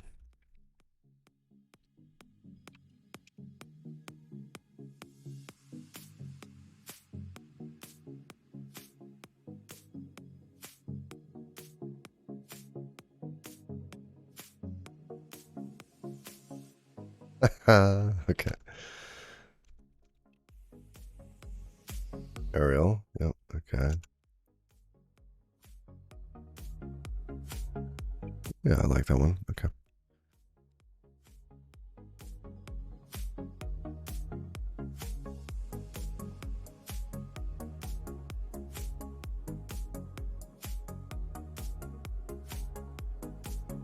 Oh, font ligatures. Yes, true. Absolutely. Do ligatures for me. I want to see that.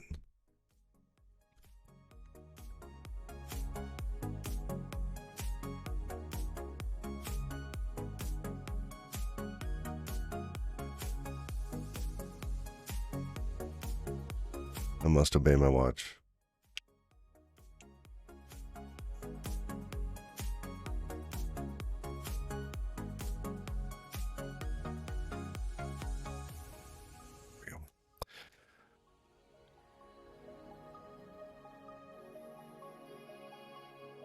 Oh, look at this. Now we got ligatures.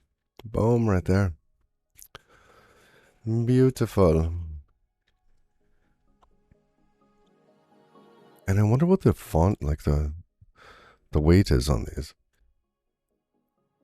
Anyhow, back to where we were.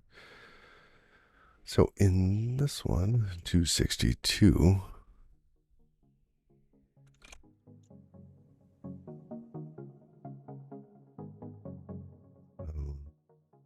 Oh. That then state 93.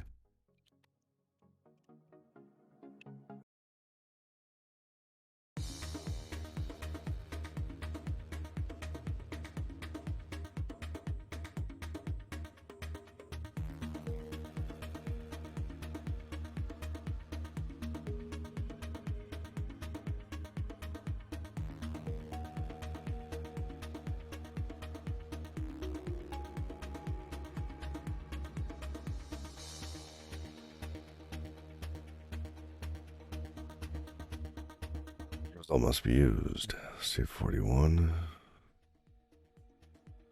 Ha! And it loads up. Connecting. It's in the channel. All right. Woot. Awesome. All right.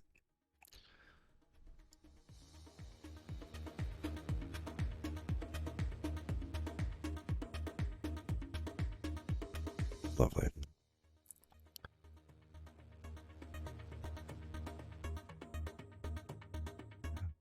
Stand over there, buddy.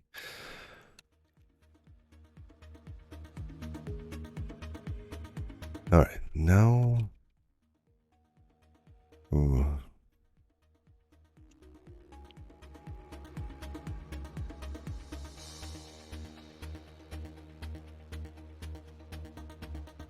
Okay, we need to be able to push this someplace, right?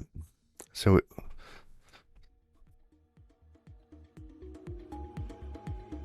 when this happens, we're going to be able to populate some sort of view, right? And so this gets handled. Let's say it's emoticon store.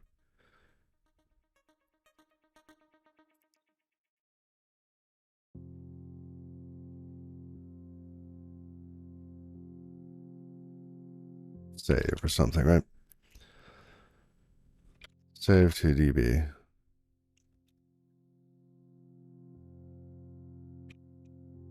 Just DB save.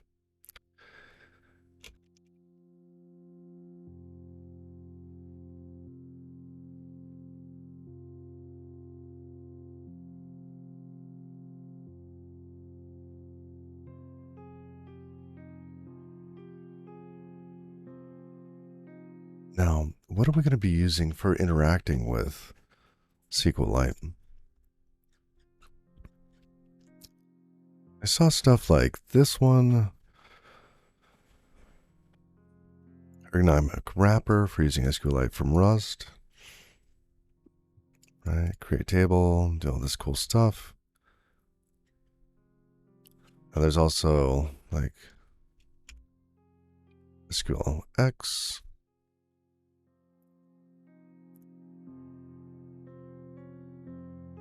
And time agnostic. We don't need connection pooling. I mean, let's face it.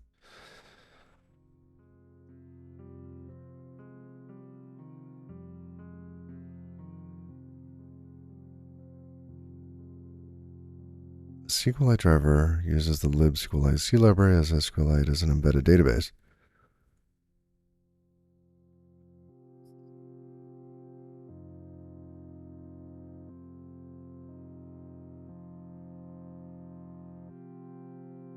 Use something like this.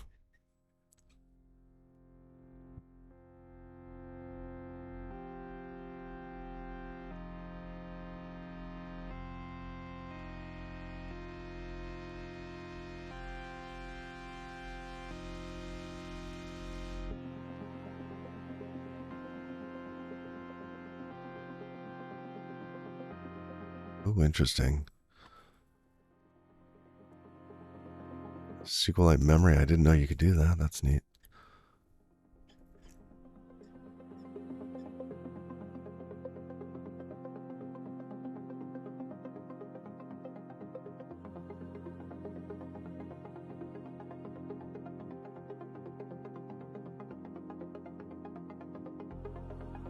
I mean, it might be overdoing it though, right?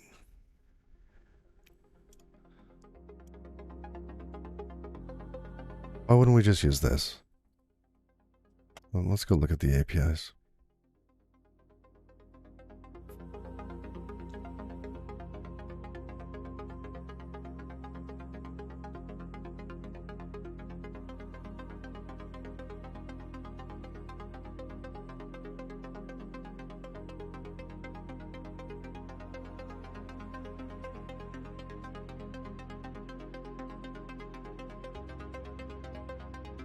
Wow.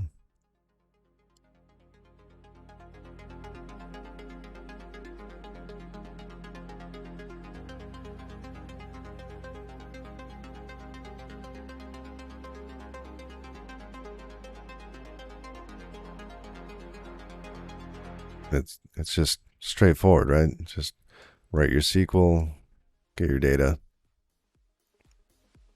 You're mapping the row to elements. It is simple.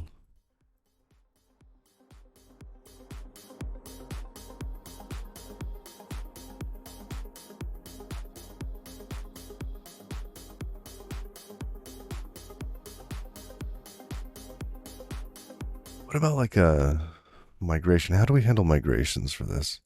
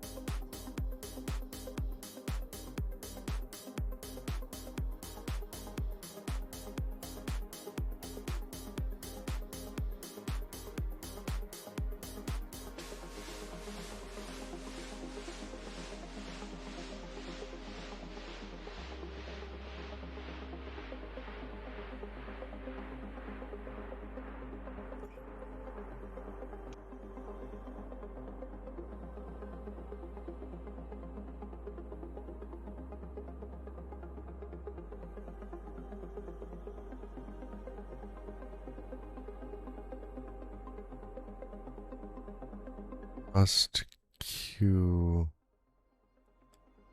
Oh no, T. Rusculite. Oh, I see. SQL. Yeah. I get it.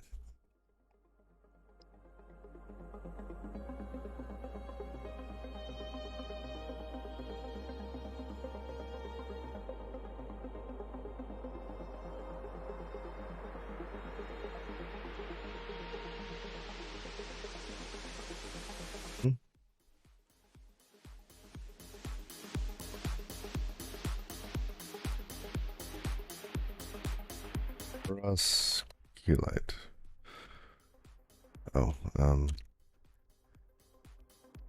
gotta be in the right directory. Oh, and it's right behind my head. I'm just adding it, just without any features or anything. All right, just this little cargo. Add that.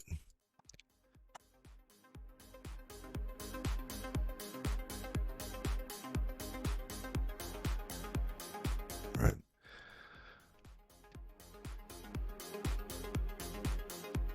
So what about like when we start up? Because I don't want DB save to be like emoticon DB save to be the first thing that has to like interact with these things. Maybe we do something in main.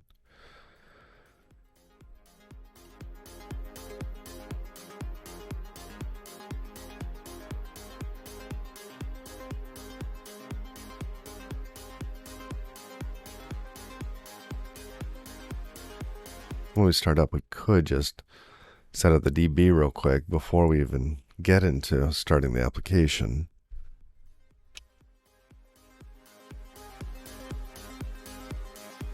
And okay, let's also look in lib.rs. Oh wow, where is like dark mode?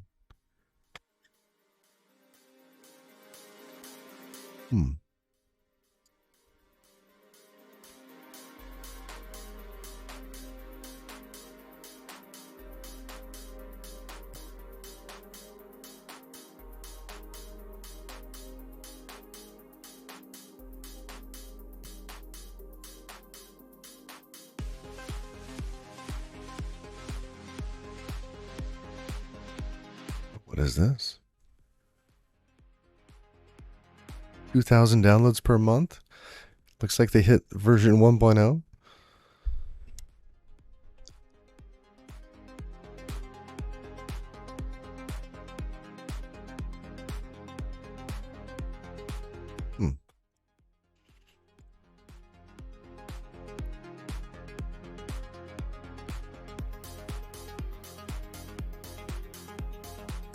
Okay, I like this.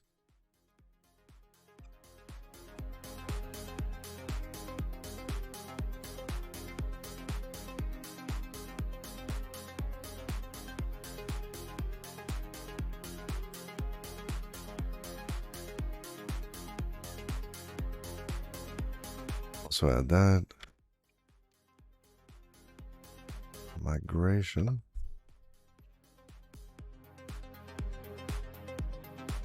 All right. So how do we do this?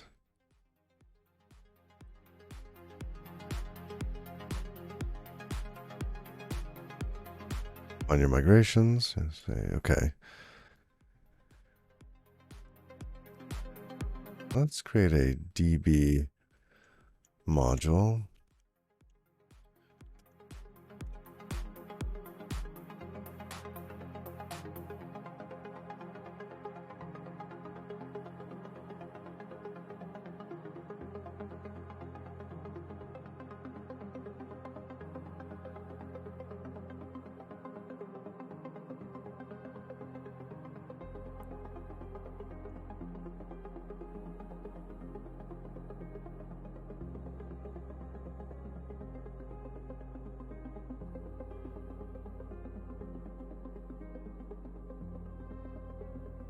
I wonder what sort of errors we're going to see out of this. All right, well,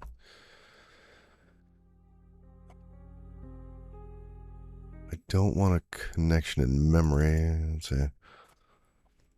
Journal mode. Oh, right head logging. Nice.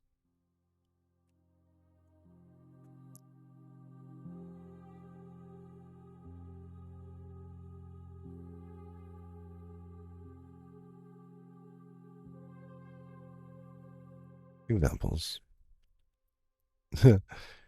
Friend, car, and quick start. Okay. Oh, look. Okay.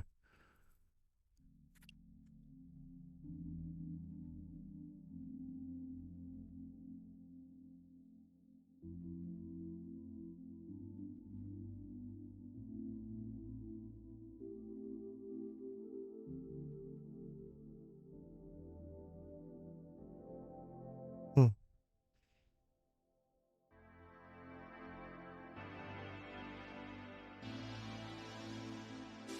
And in this case, they're getting a connection back, which is fine, but I don't know that we necessarily need a connection need to get a connection back.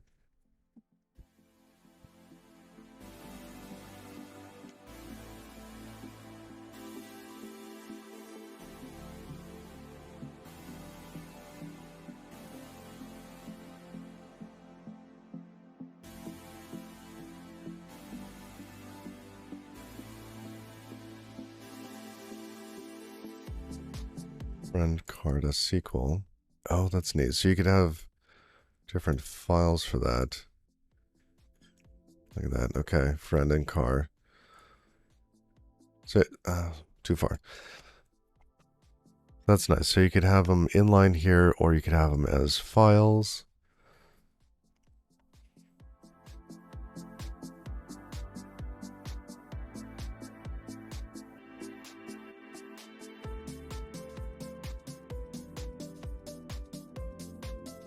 And I wonder with this here. So when we have a connection, I want to look at connection. Can we clone connection and use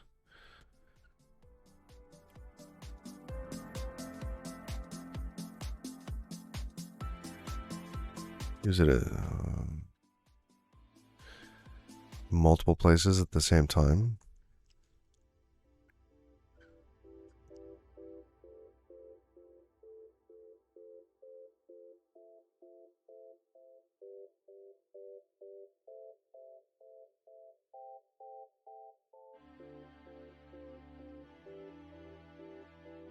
Hmm.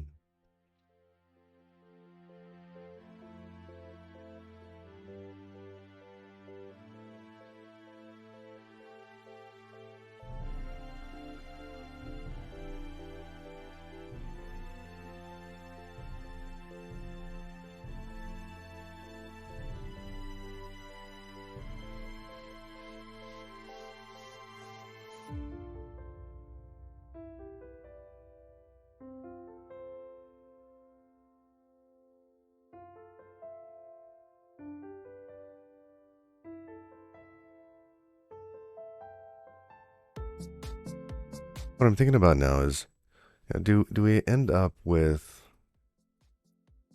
just opening multiple connections to the same file, or is there a way to share this? Which we might have to share it.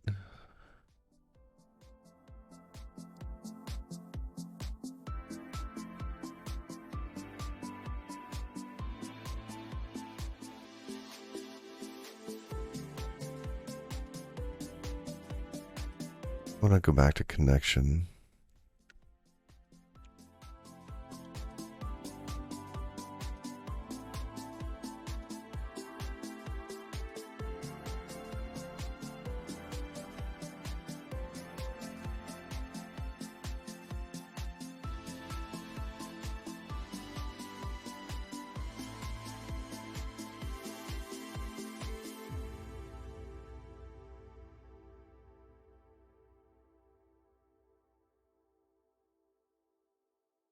Enables the use of a per connection mutex. Okay. So adding locking is not needed and provides no benefit.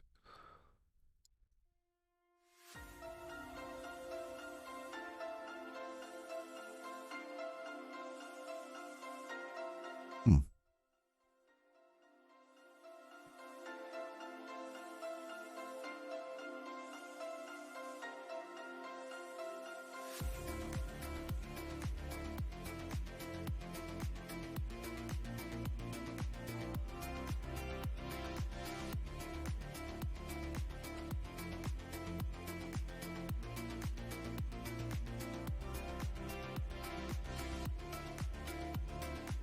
It's not sync, it's send.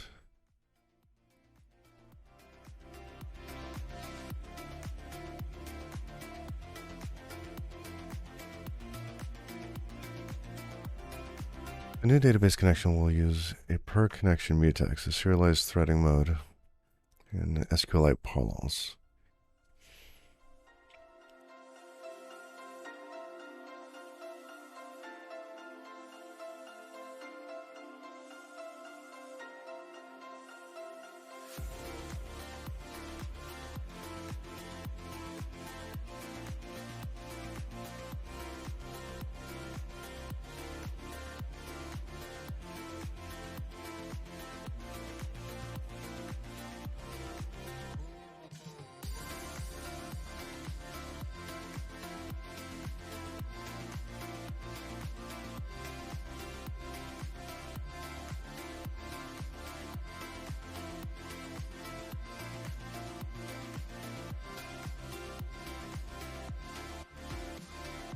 Let's do something. Setup. Let's go back over here. Boom, boom. I'm not going to use lazy static for this. Just going to have new migrations.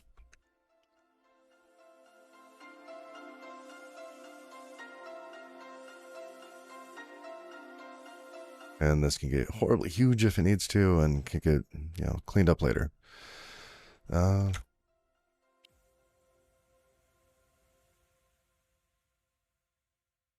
Was it migrations? New.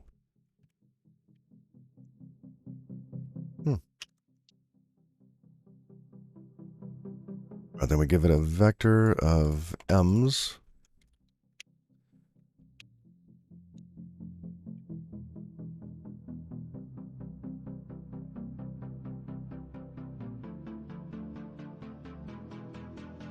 And what do we want the first one to be? We're going to just have it in line. We'll probably do like a create table emoticons. Create table. Maybe I should try this in like SQLite, like a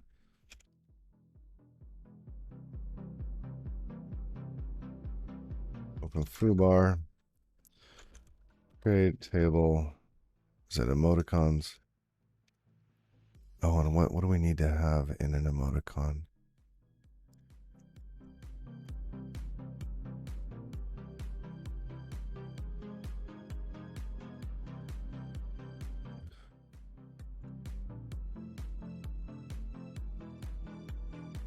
Where's...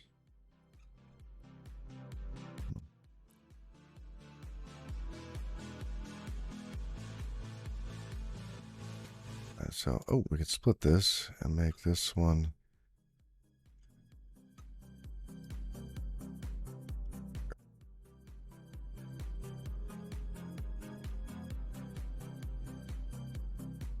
Right, so in here we want ID. Oh, and I don't know what the syntax is here. So I'm going to put the names in, but not the types yet. Ooh.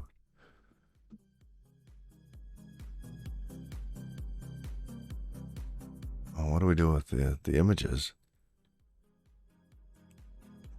I have another table for that? So those URLs are... We'll have to look at that.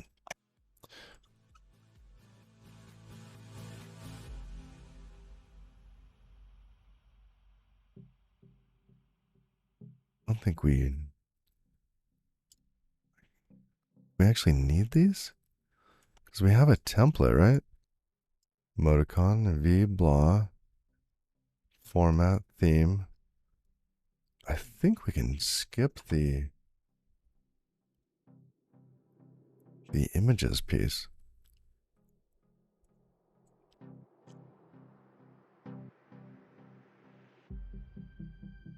All right, and what about SQLite?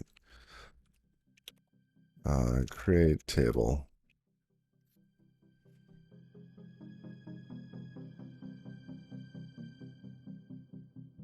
Create table, if not exist. Sure, let's toss that in there. Create table.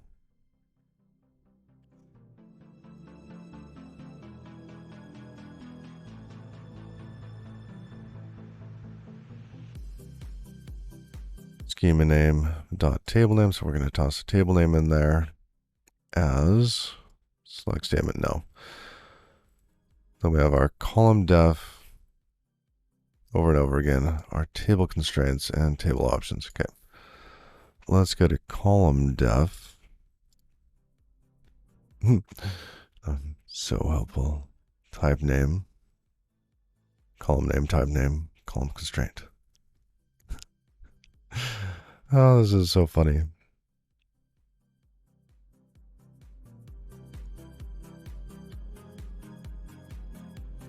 Type name.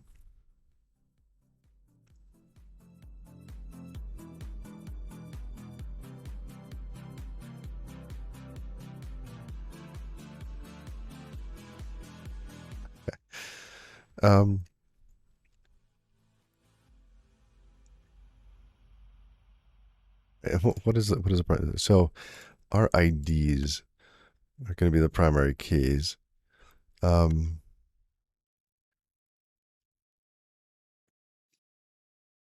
a primary key for the table, both single column and composition are supported. Okay.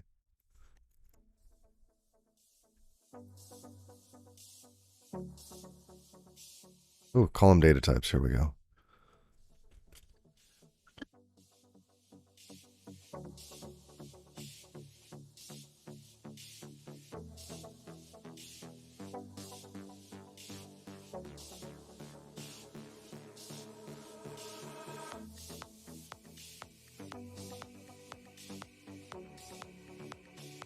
Okay. Uses dynamic typing. The declared type of a column is used to determine the affinity of the column only. Oh.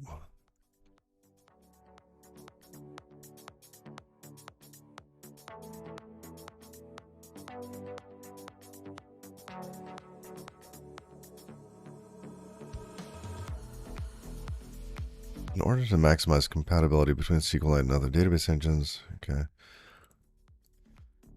The type affinity of a column is the recommended type for the data stored in that column. The important idea here is that the type is recommended, not required. Databases. Types just suggestion.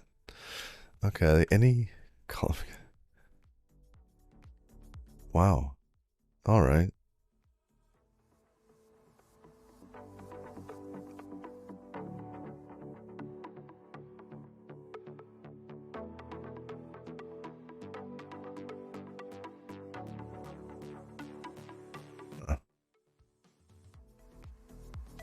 Affinity name examples. Integer, text, blob, real, numeric.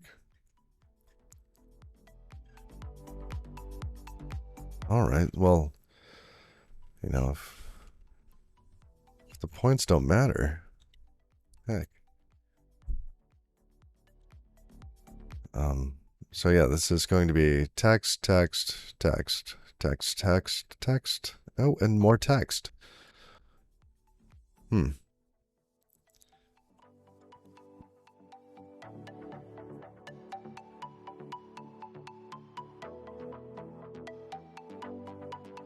Right. Default clause. Okay, and primary key. That's what we want. Unless they're just suggestions.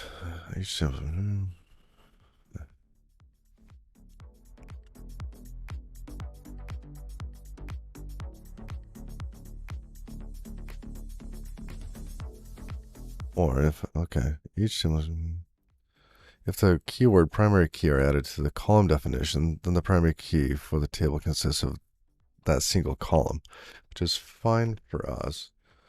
So does that come before or after?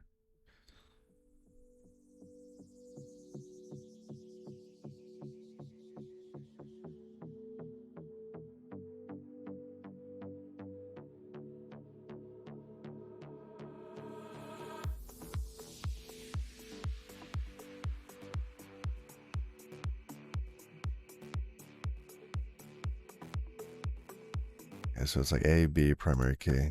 All right. ID. Well, heck, if we don't, I think it's going to be able to figure out everything's just text or a blob.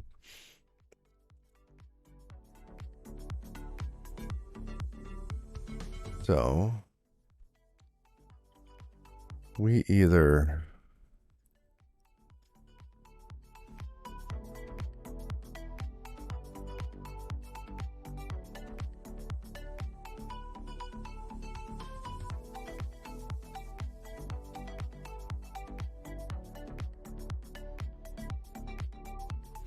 we toss the primary key on there.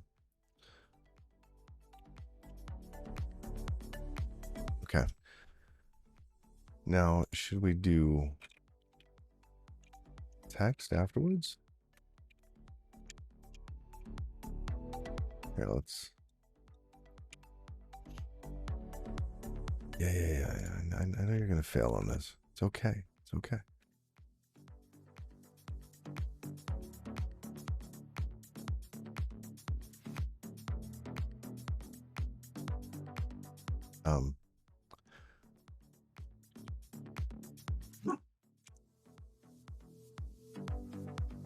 Can we open the terminals again? View terminal. Was that control backtick? Oh, control backtick. It's like the worst on this keyboard because it's curved and it's like, yeah. Open foobar. Blah blah blah. That's it. Oh. Error in prepare near text syntax error. Okay.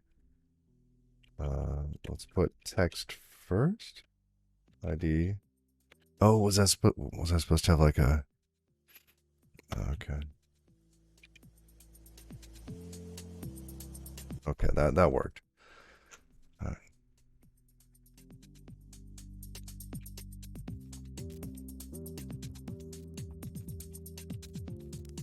Text primary key. All right. Now let us.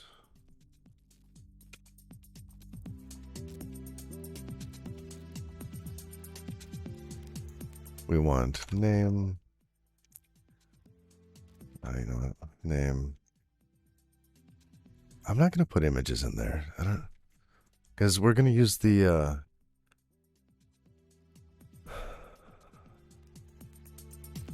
template, and we do have some options. Tier, emote type.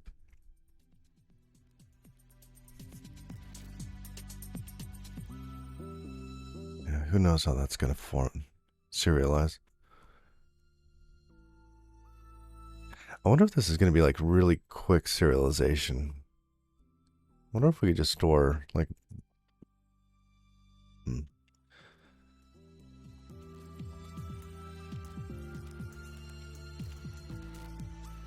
ID, name, skipping images,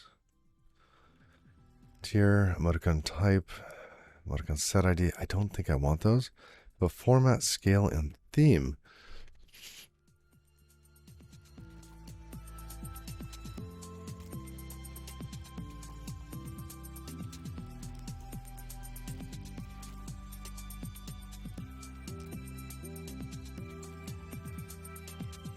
If they're like JSON, whatever, but it's just going to be a lot of parsing coming in and out.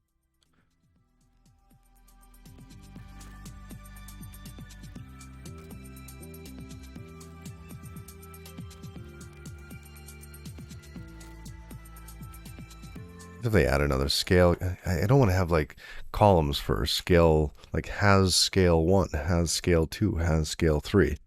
Because then when Twitch adds 5, 6, 7, whatever, right? So maybe we just straight up serialize them. And if that's the case, let's do the same thing for the images. Images, tier,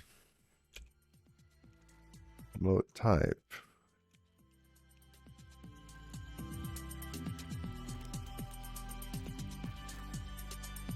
Theme mode. All right.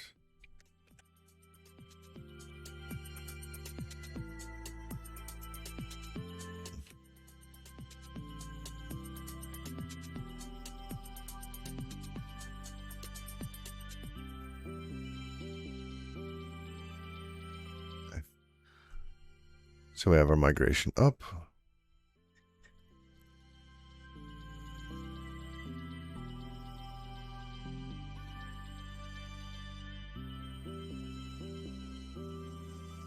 We could have a table for the broadcaster info.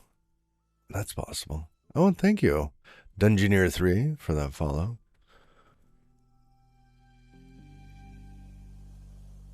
Hey, let's just stick to the emoticons for now. All right, so once we have the migrations, then, well, we open a database and say migrations to latest.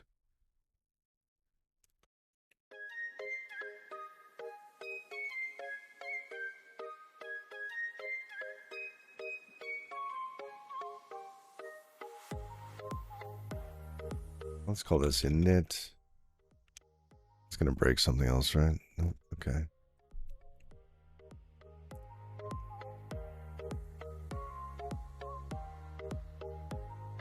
Anyhow.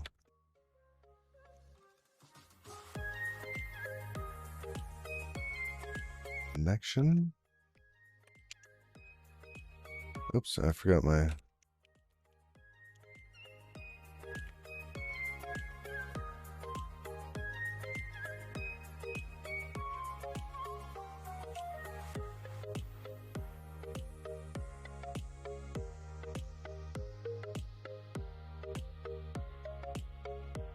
It should be throwing a fit about connection up there.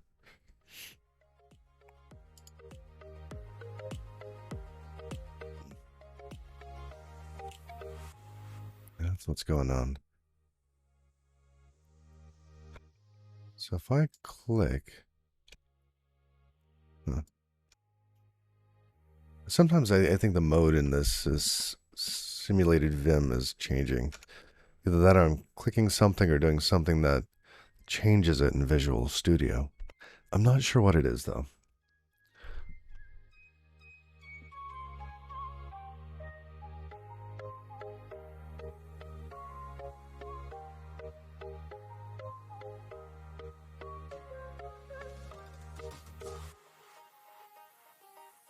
All right.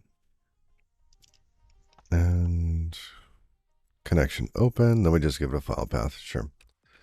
Oh, but what's our file path? Where should that live? Oh, shenanigans. Connection open.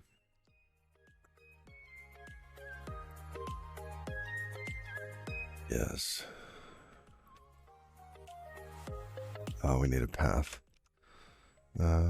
What db path equals. Okay, now we need app handle, but we don't have an app handle yet.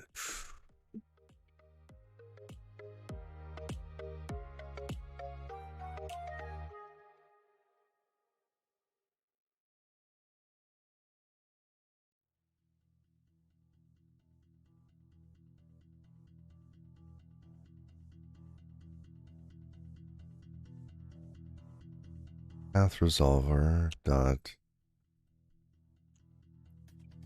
app data dir.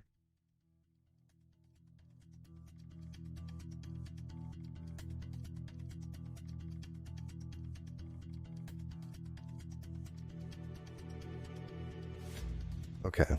Now what does that give us? It gives us an option to a path buff.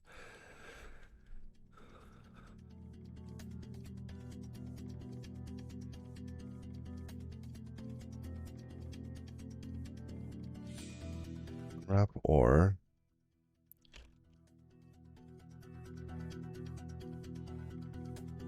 path buff.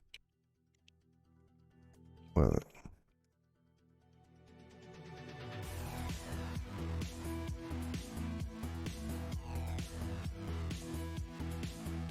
I don't remember what path buff is. Standard.rs path buff.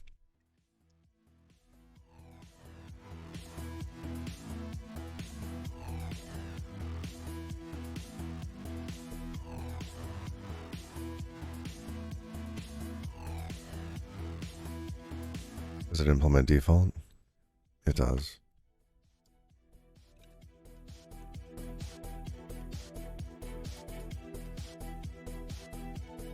Or wrapper default. Okay.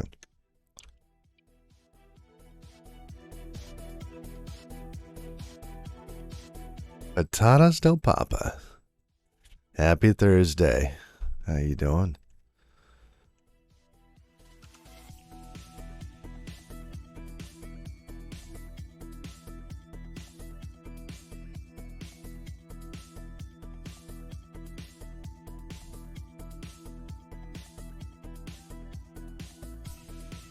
Oh, what should we do this? DB3? What? What's a like a SQLite file extension? What is it? Oh, DB3 is also SDO. I'm gonna go with SQLite 3. I like it being a bit more explicit.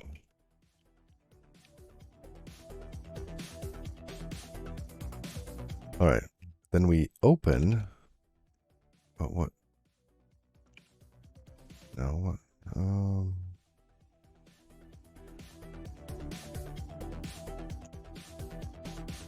Settings.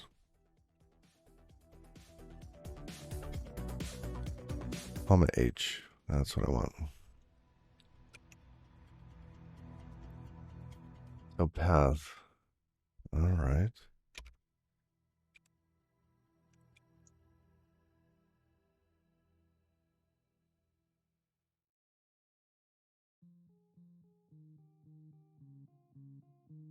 Actually, we were just gonna. Oh, that's right. Now we need to run migrations.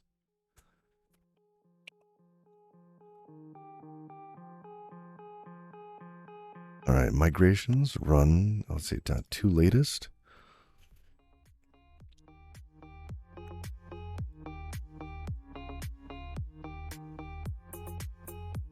Up the window a little bit.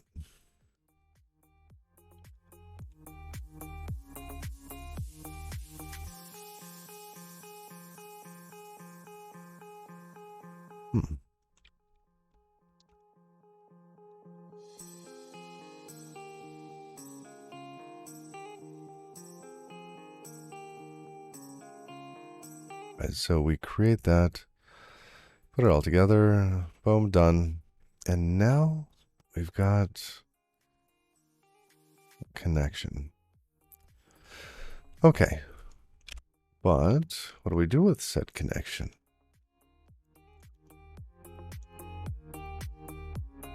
And where do we set this up?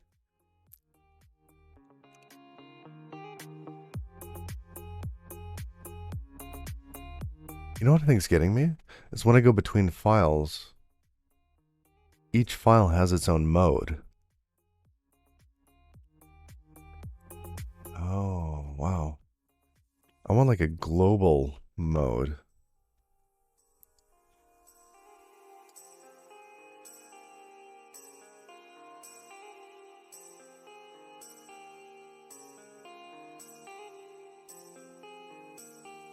Wow, there's like a ton of mode options here.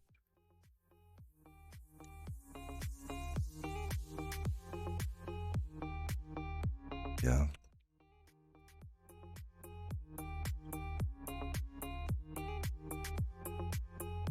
And modes. Oh, wow.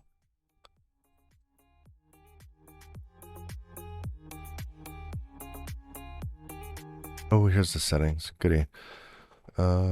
Substitute.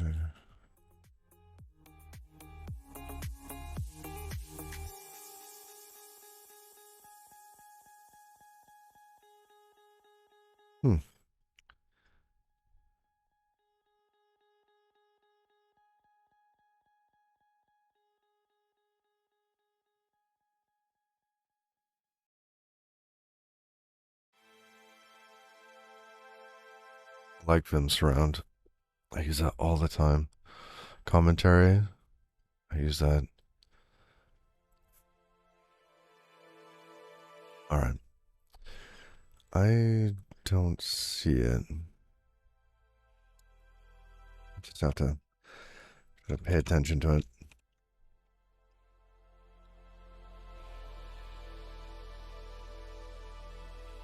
Maybe a knit. And we need an app handle.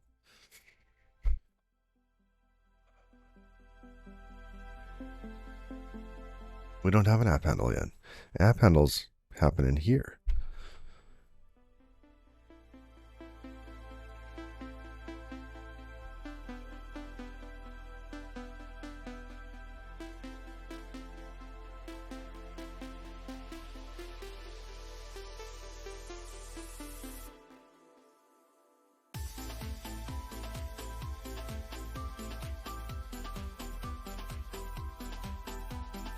Right.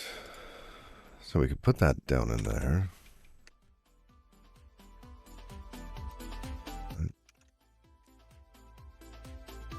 Problem is, we need to declare our state separate from them. Oh, maybe. Did I?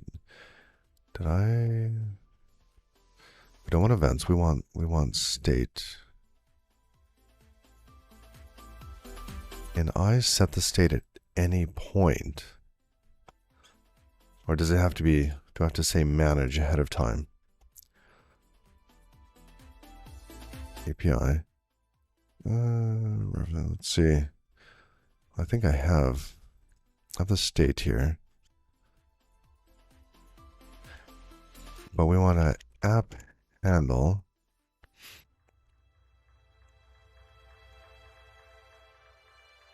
We ask it to manage something later.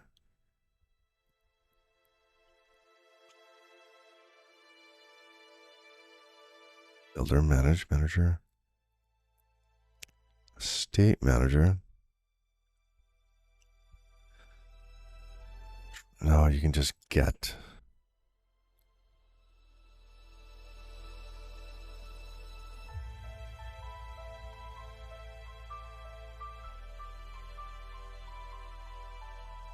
What is manager? It's a trait. Oh. Oh.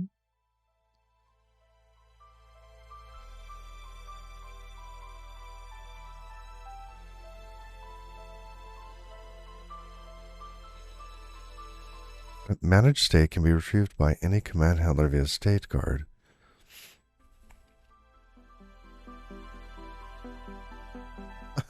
Wait. Panics if it's already managed? I thought it was just going to return a false.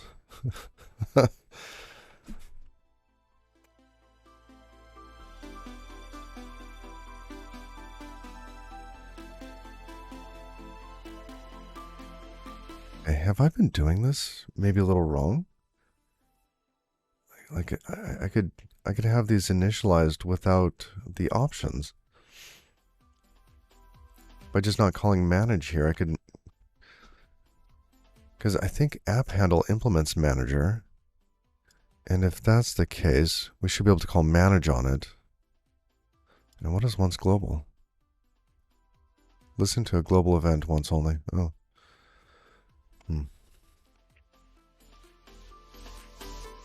All right, let's get an app handle.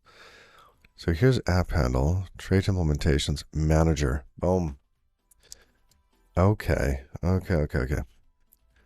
So before we get into this database piece, I'm going to work backwards. Okay. Event stream. Yeah, it can be initialized here. It's like right there. Well, let's say broadcaster info, right? Do we have to say this is already managed? So if we come in here and we say, you know what? We're never going to have a default, but instead we'll have a pub function new.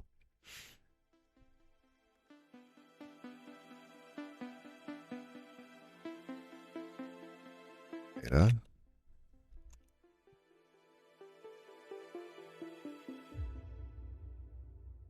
Still not used to the curlies getting added. Self. Oh, and data needs to be wrapped in mutex.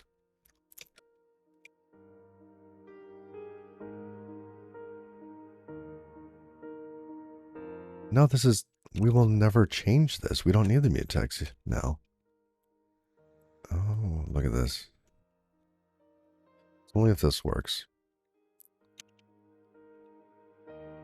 All right, then we can get rid of the lock, the replace. We will not call set. We will call new. And then we can return a reference. Look at this.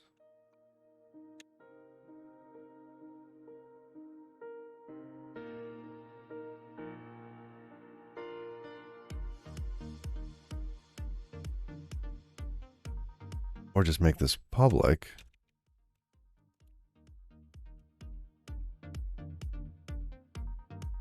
And then you just get access to it. Yeah, those are already public. All right. So where did this... oh. Thank you. I don't care about that at the moment. Let's see. Unwrapper default. Yep, that's okay.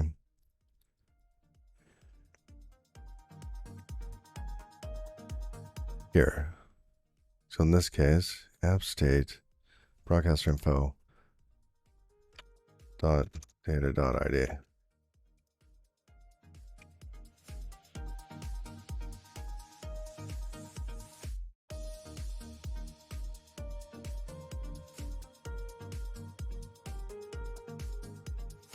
What's the error though?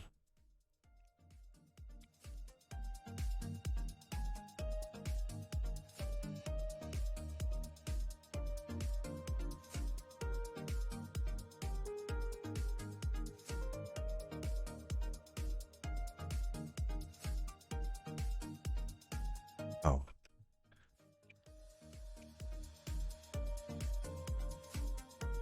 There we go. Yay. One less heap allocation. We're on a mission. All right. Now this one, this is where we set it, right? So we're in this fetch broadcaster data. We do all the fetching, get everything, right? And then we have one, and we want to be able to set that. So we have a user data, right? And we are going to say, oh, this is going to be app handle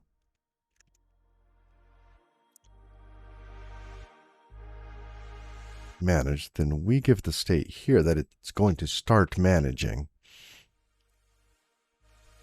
So this would be broadcaster info, new, and we give it the user data, which is broadcaster user dot clone, whatever.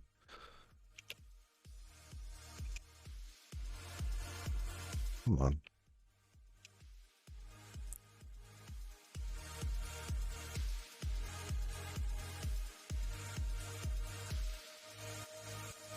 Get rid of that. Oh, that should be much nicer. Okay, so then we get rid of this.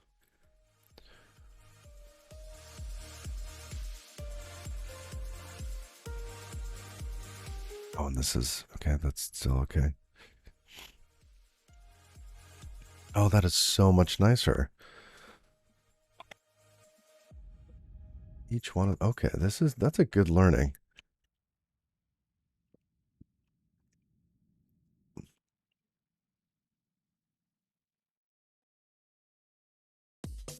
All right.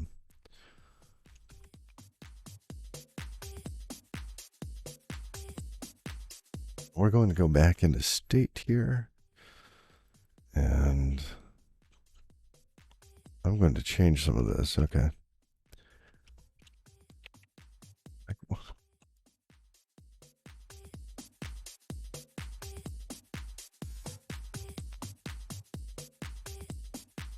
We're getting rid of that.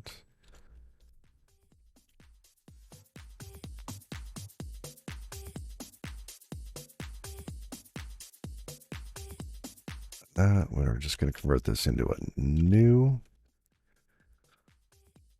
We get an app config. We're going to return a new app config, our new self.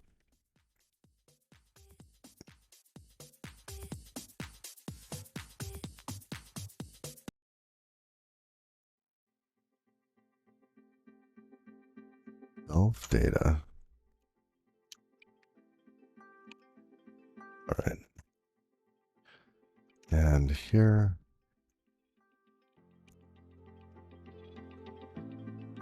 Do we even need these? Data's public. No, we don't. Less is more, everyone. Less is more. And I only ever want this data to be like these are singletons, readme, like read only.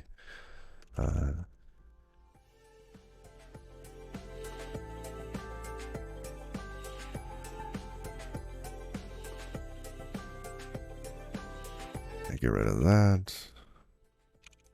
Function new. Data. Slef. Self data. Okay, we're not doing anything complicated in there. Just get rid of it. Access token. All right, Twitch auth headers. You too.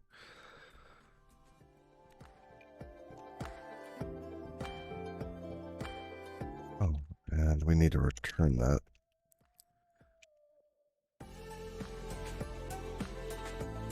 Yeah.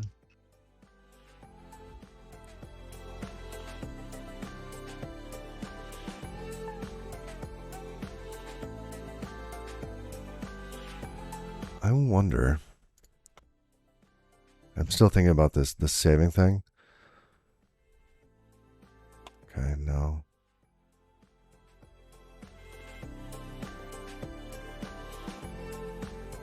Back to where we were. No default, thank you. New.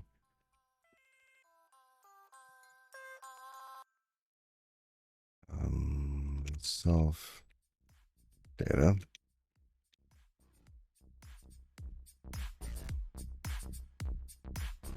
Get a copy. Let's see. Self data. Now we can return.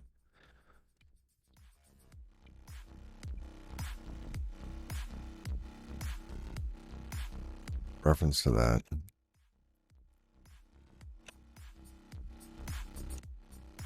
Just want to get rid of mutex. We no longer need parking lot. We no longer need parking lot.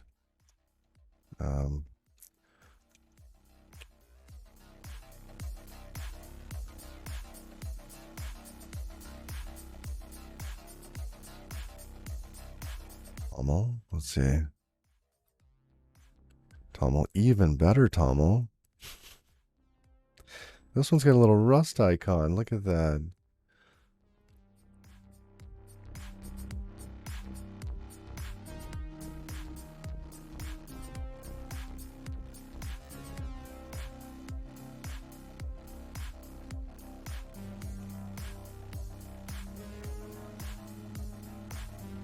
All right, but it is.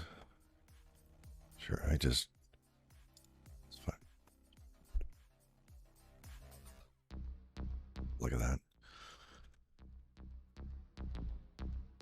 on a giant wall.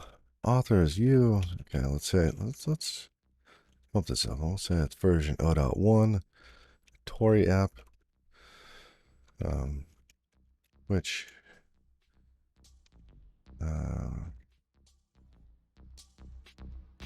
chat for streaming.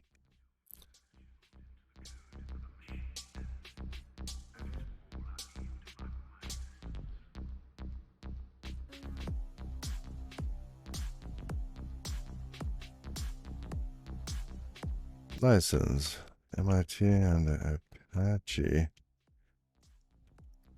repository.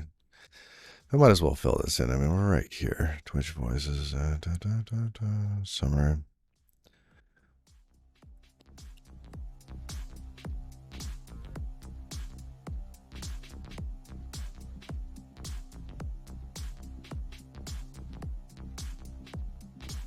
Goodbye, parking lot. All right, done with that file.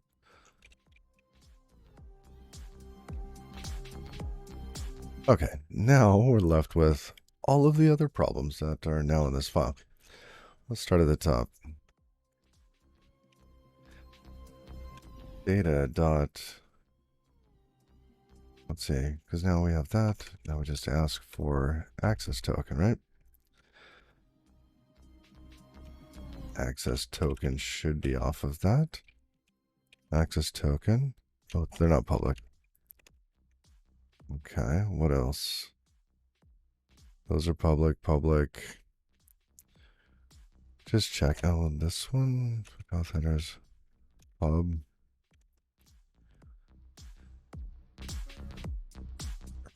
All right, let's go back.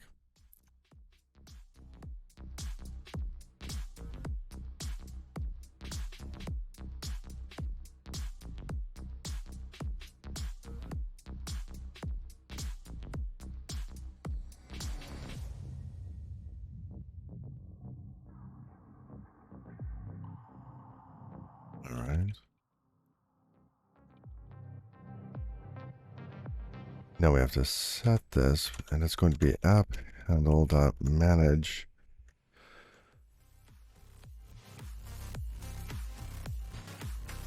Auth headers, no. And this is the auth headers.clone.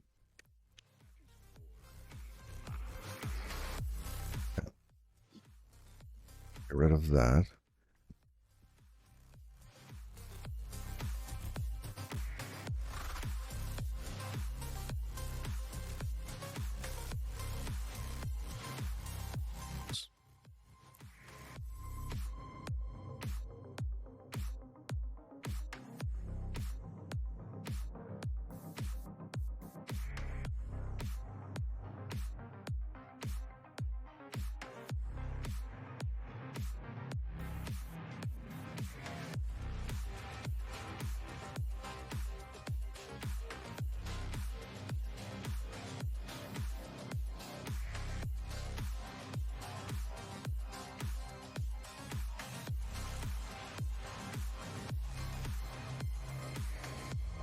What doesn't I like about this?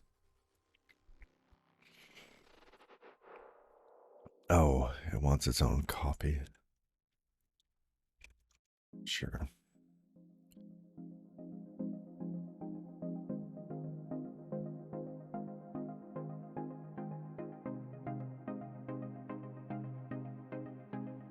We got rid of everything on that, didn't we? Oh, well, get copy is not really all that useful. It's just data.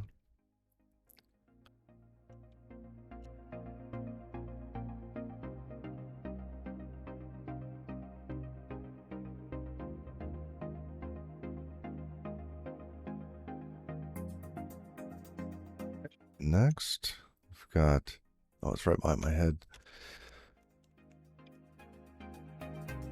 Podcaster login. So dot data dot podcaster login.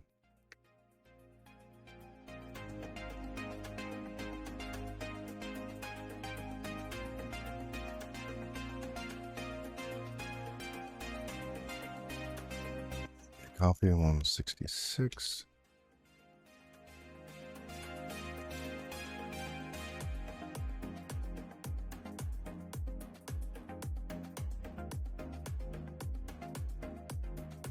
All right.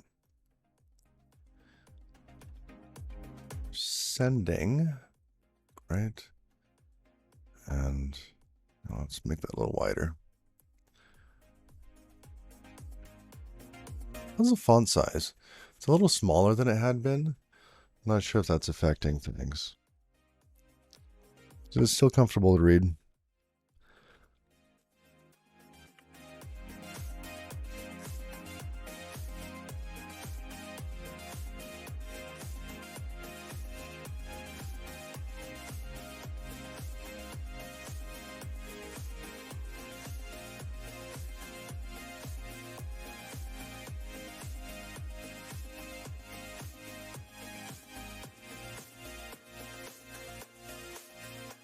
Okay, now we get rid of those.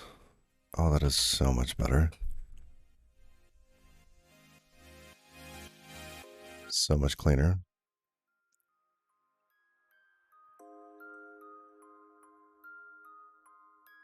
Right. It's fine. User data, fine. DB, we'll get back to you. Main. All right.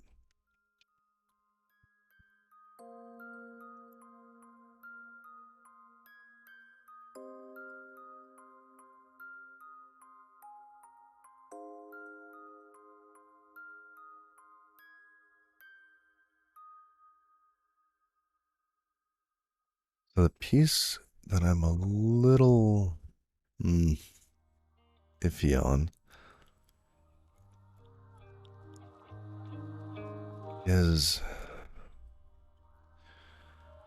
with holding a connection. Like, where do we hold this connection? We can put it up in one of these singleton kind of state pieces, right? Which is fine.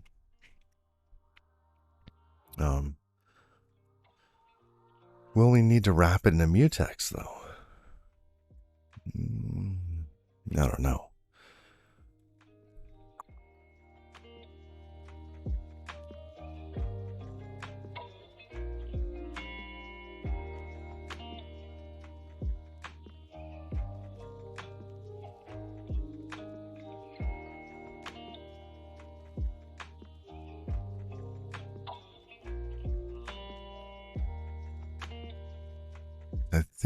I think it has to be send and sync to go into the state.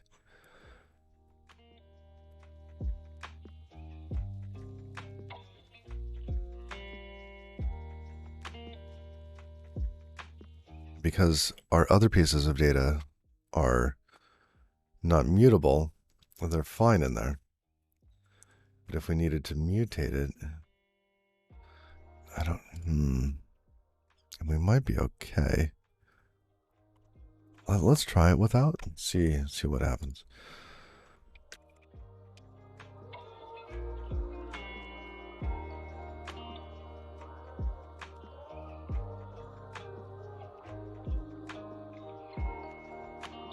All right, we need to pass in an app handle.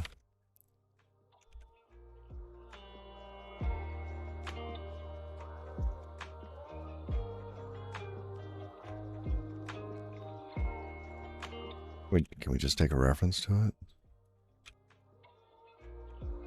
I think we can. Okay.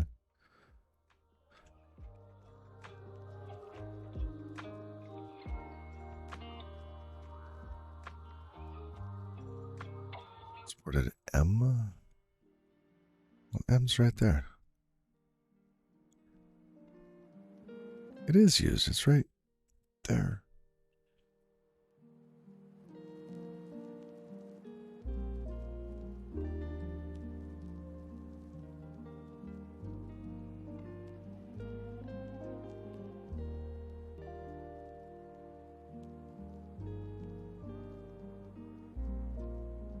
We'll get this set up first. Okay, so we get the connection back. And then we say handle manage db con. Huh. And it's going to tell us, you can't do this. Yeah.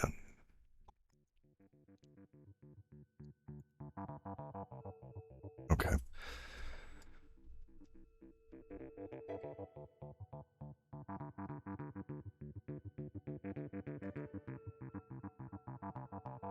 We could wrap that in some sort of type. State.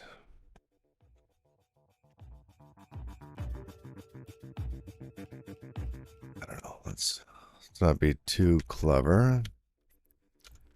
Obstruct db.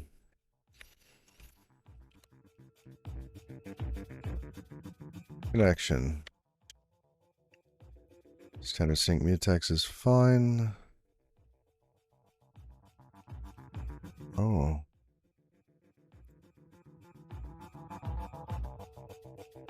Yeah, it should be all right.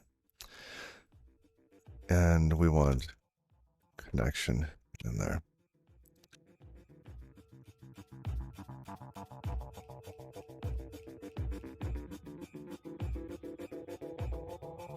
Generate a new. Look at that.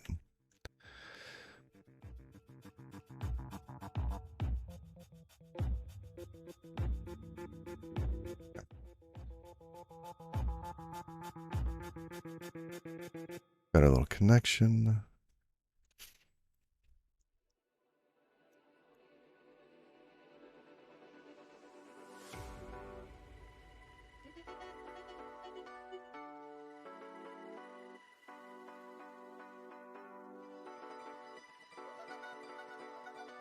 Oh, no. Okay, the new function's incorrect. We just want to take a connection. We will do the wrapping ourselves.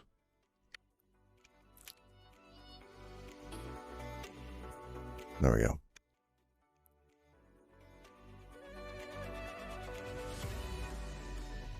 Okay.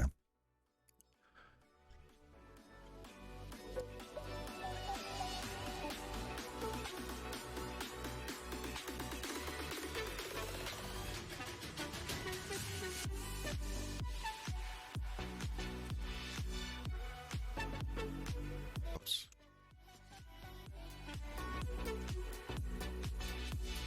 There we go. So we should be able to create that. The path, we call it inner voices. I want to know what the path is, though.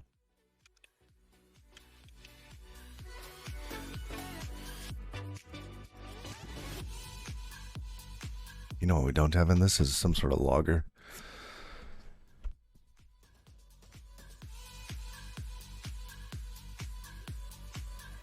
All right.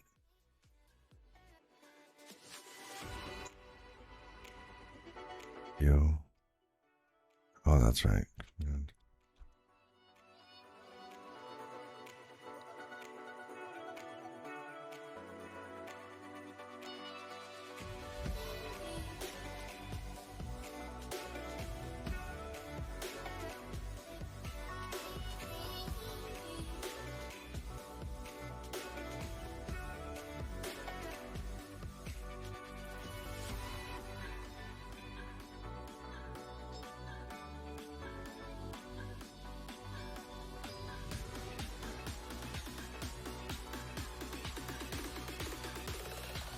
Okay, so it put it in library, application support, Rooster Bacchus, Switch voices, inner voices. Fine.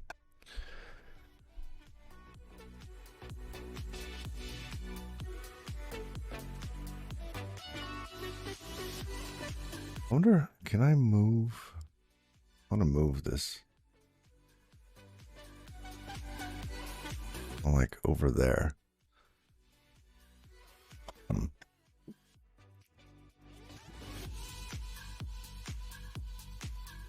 All right. So there's emoticons. Now we just need to insert into that.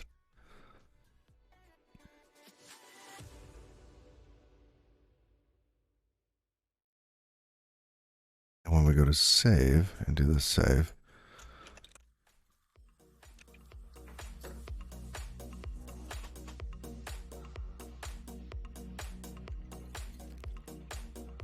need to give it the app handle.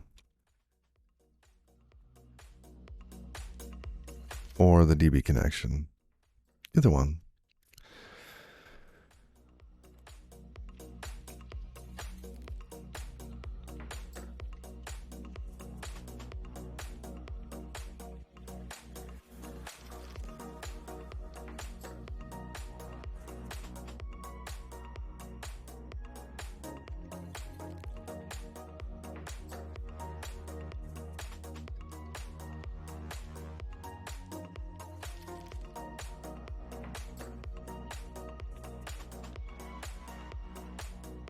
Oh.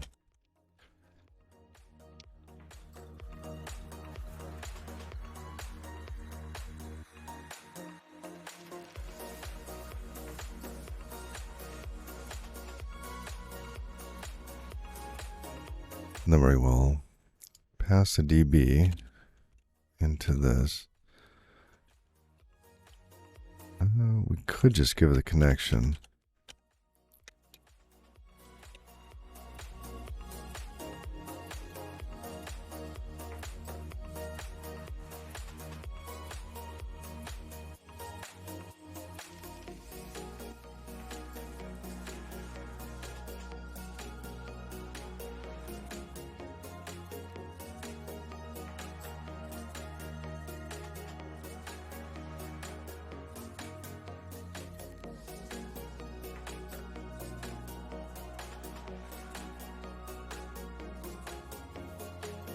Come on.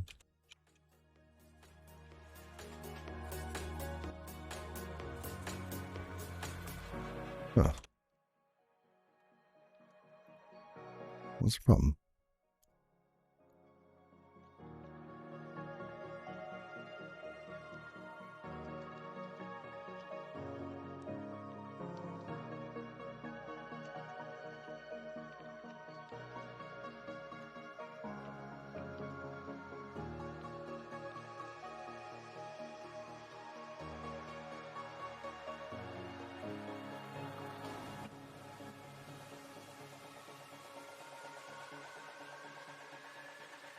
This function could be,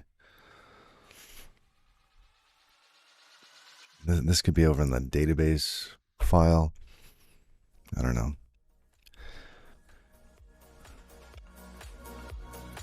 So we're going to have like some sort of view that's also like doing something similar.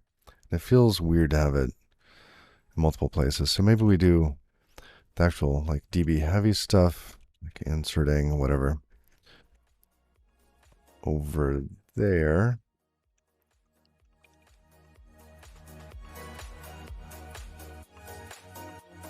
Save emoticons and save that.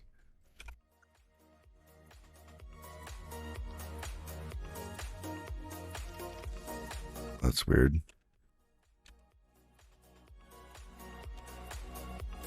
Sure.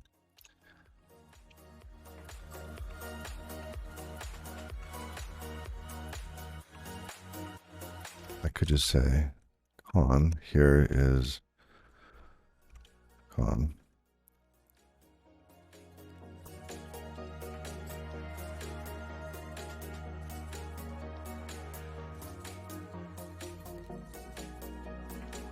Oh, nope, right there.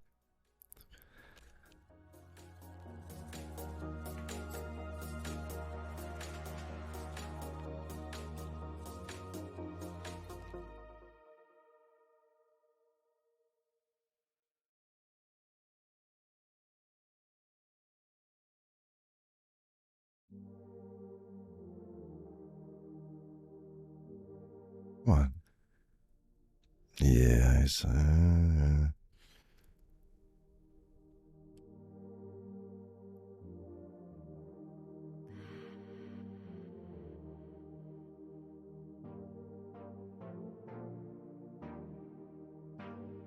That's not going to be any better. You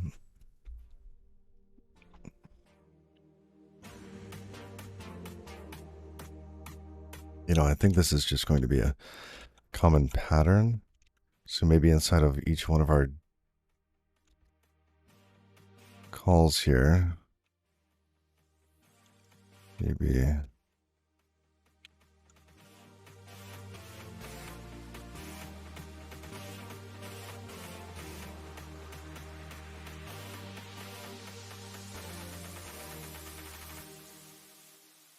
just want to go back.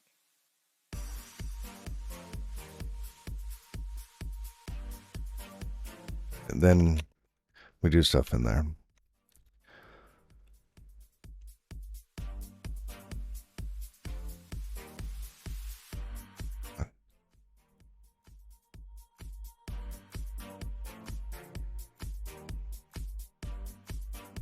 It's a Tauri state DB. It's not the actual database.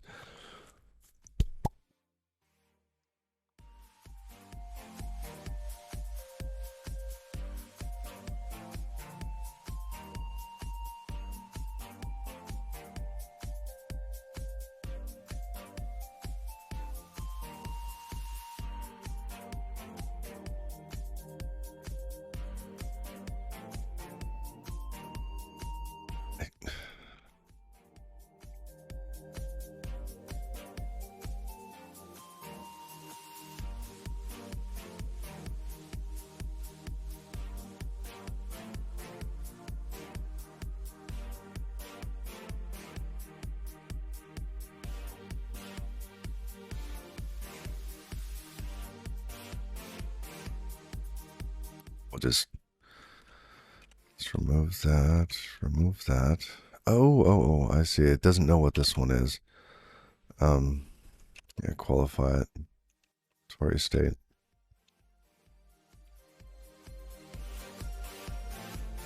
All right, now we save the emoticons. Looks like it compiled.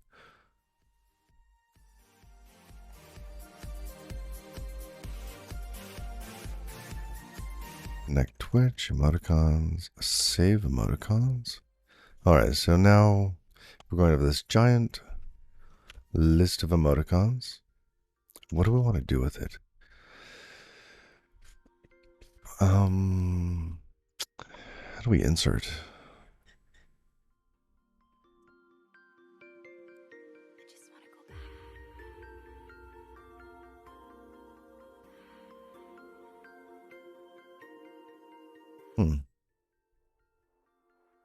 Oh, what is this? Params magic.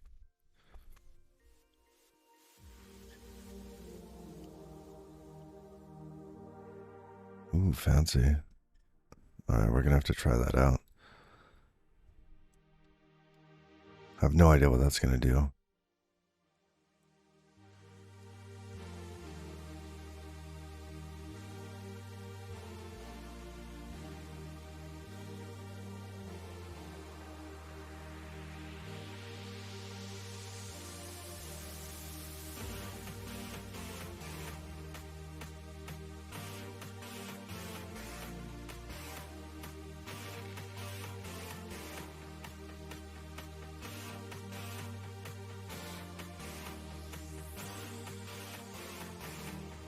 I don't know about these though.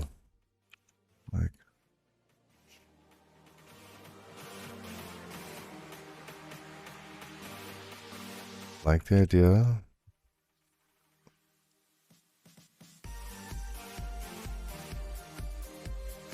Let's see what happens.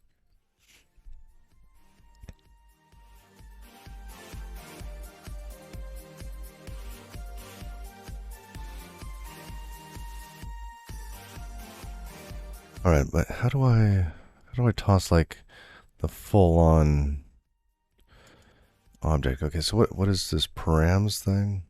Okay. Back down here. Let's see what we can do. Con dot.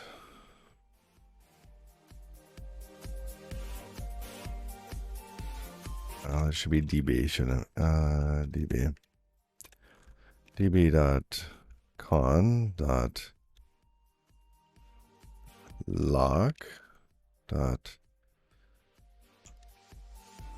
stack can Scan has dbcon dot execute.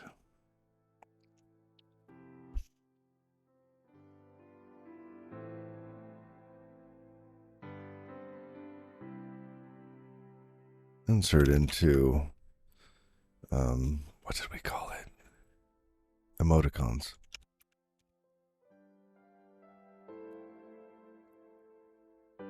Oh, now we have to give it everything, don't we?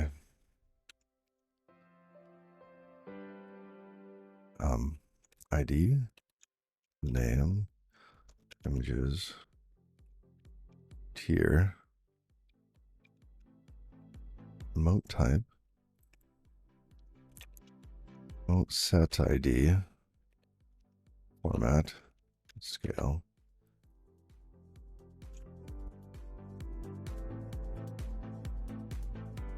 What is the point of this? What, like, why don't I just serialize it into JSON? There is so much stuff inside of this that it's going to have to be deserialized anyways.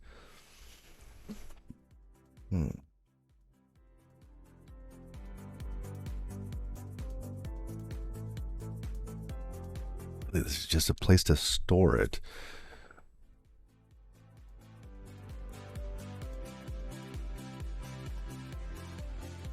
Oh, forget that. No. We are not. Okay. So the problem I'm having with this is that these emoticons have a rather complicated set here. And it's not like I'm going to be searching for these like, oh, I just want all of the animated ones. No. That's not how we're going to show these. When an emoticon is looked up, it's going to be by ID, most likely. Right? ID or maybe name or so we're going to leave those. Everything else can just go into like a blob, JSON blob.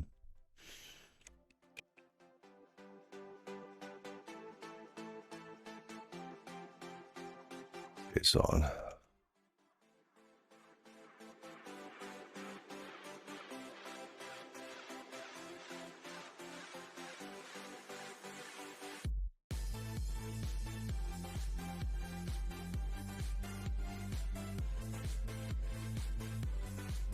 Oh, what happened there? Oh, don't do that.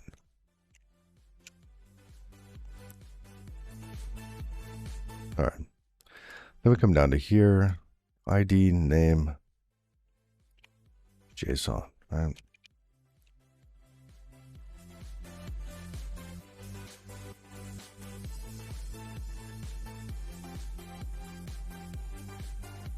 Then we're going to have to go delete that file because I'm not creating a migration for this. We haven't even written anything.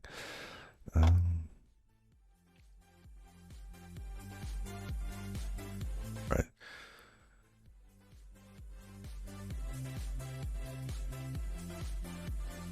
There. Params.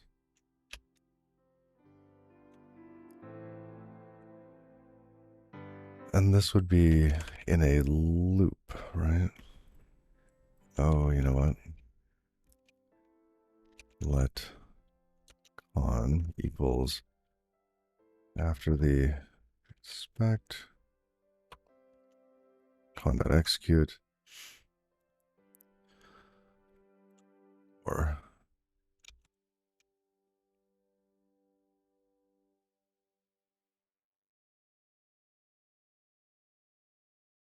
what?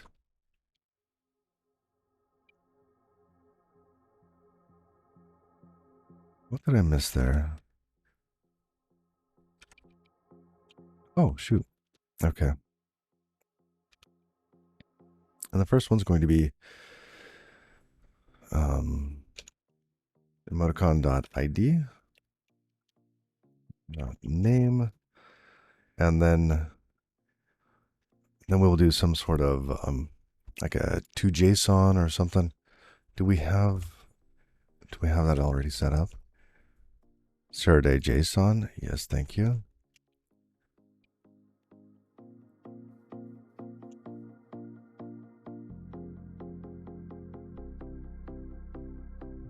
That's what I don't have set up, like a giant search. And in files.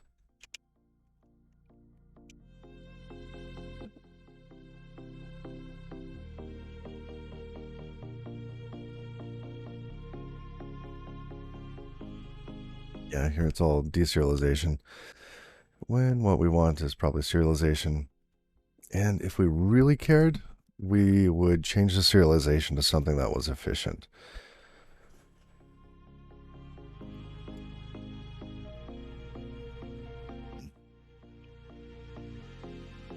All right, so let's look up.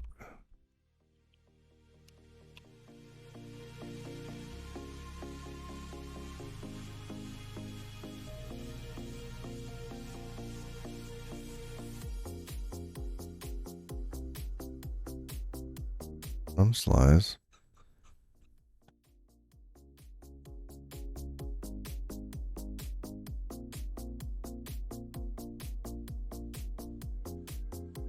String.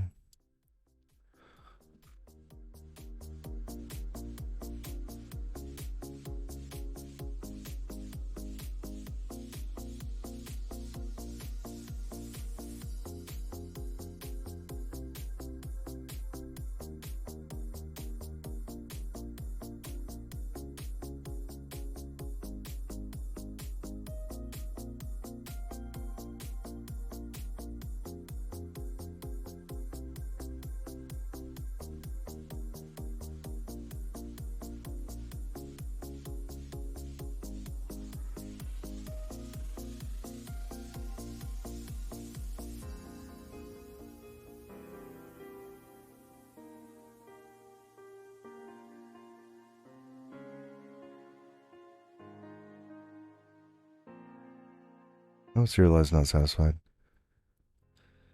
Okay.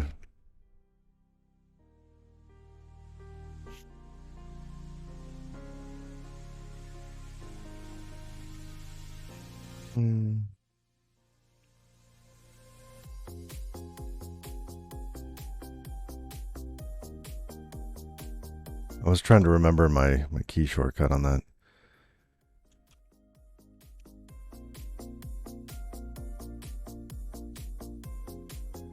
Which means we need it on this one. Oh.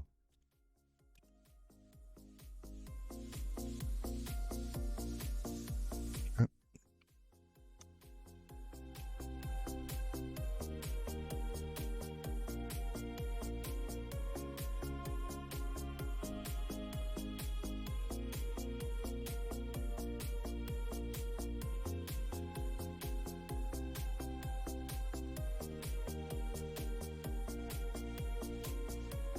All right. Now we need to find that file.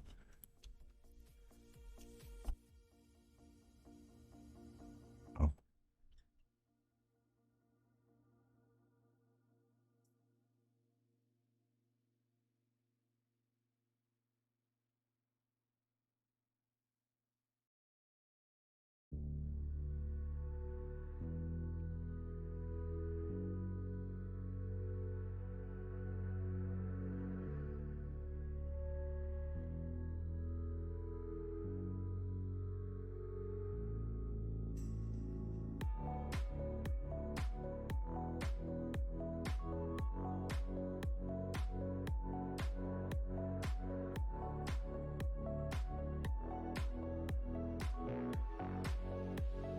All right.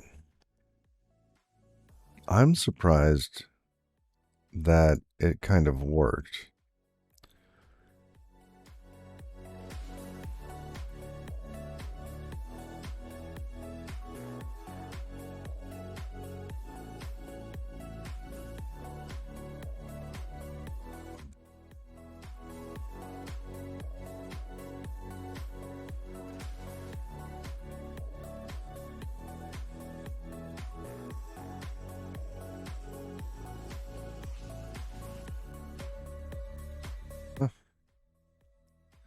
All right, so first off, let's remove that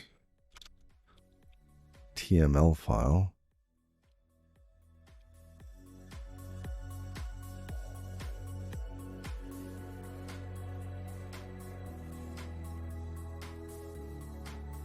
Okay. And then we will also remove the inner voices, everything. Oh.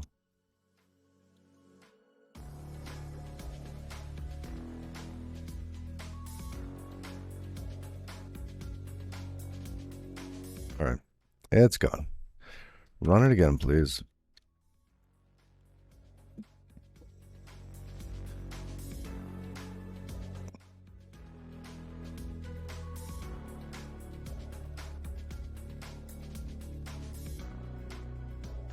There we go.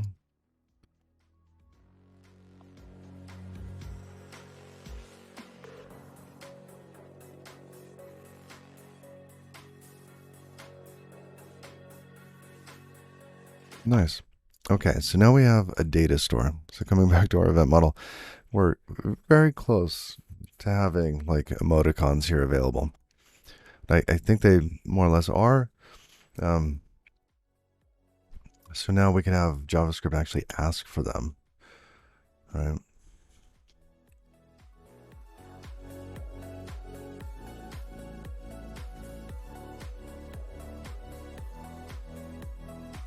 Just using IRC or some Twitch specific API. So as you can see, your message showed up, and this is using the Twitch IRC here. However, there are emoticons which are annotated in the Twitch IRC, by the way. So there's some funny extensions. The emoticons you load off of their Helix API. So you have to do a bunch of extra stuff. It actually feels a lot harder to get the emoticons available to be able to then parse out like your little smiley there and replace it with an image. But now we should actually have a list, or we should have available to us an SQLite file with a bunch of emojis in it. Well, their definition. So let's see if we can load that up. SQLite 3. Can we just tell it to open this? No. Help. I am brand new at this. Gonna show. Okay. What if I want to see tables? Tables. Oh, look at that. There's a tables. Emoticons. Select star from emoticons. Execute. All right.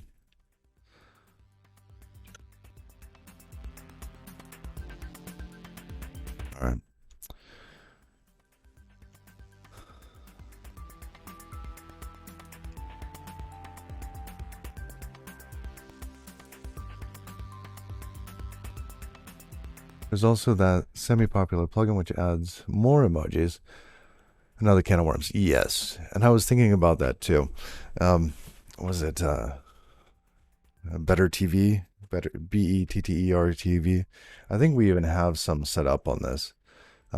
But I don't remember what they are off the top of my head.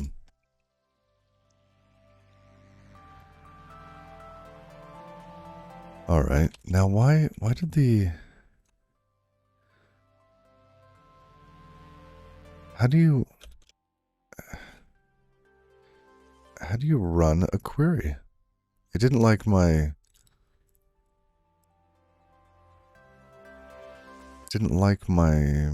query. Select star from emoticons. Was that it? Or do we just not have any? No stats.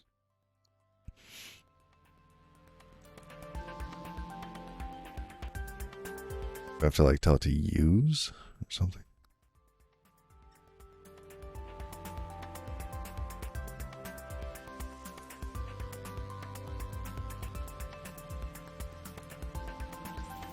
hoping I got this wired up, and we could add a little bit of a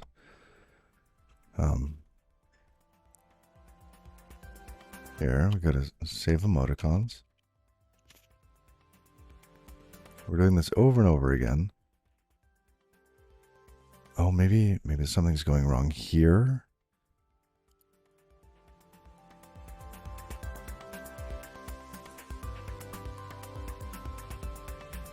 I forgot to add a question mark there.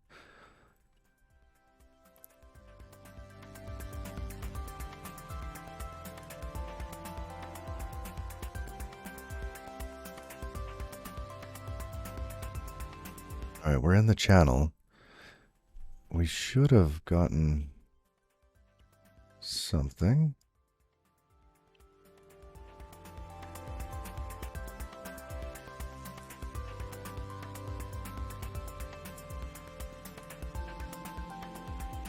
That gives us an error. So it looks like our emoticons query is well formed. All right, I'm going to dbg. Oh goodness. I hope it's correct in there. Oh.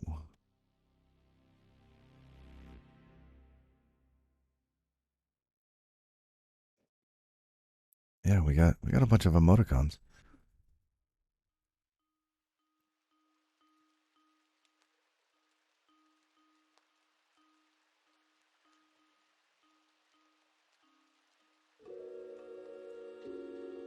And I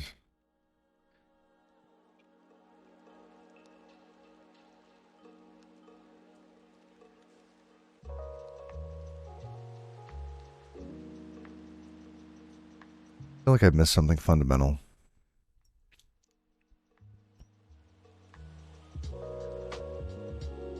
Oh.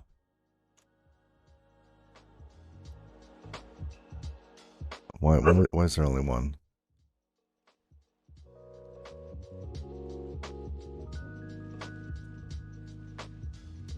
I thought there were more before. Yeah. All right. So we bailed after one. Oh. I'll bet that failed. Got the little thing there.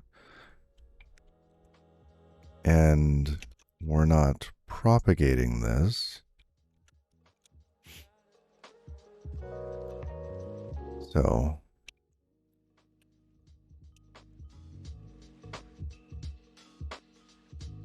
all right. There we go. Incomplete input caused by SQL error or missing database. SQL error. Really? That's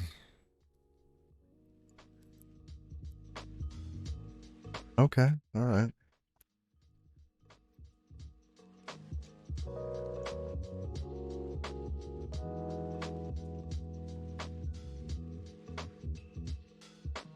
Okay, we are going to remove those three things. Because I don't think the inserting, like we're not doing like an upsert, we're just clobbering.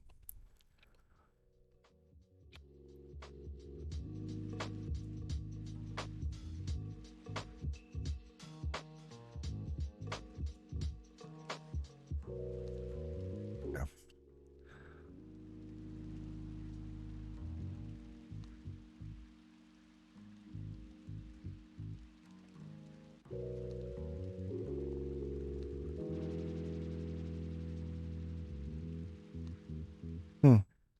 SQL error or missing database.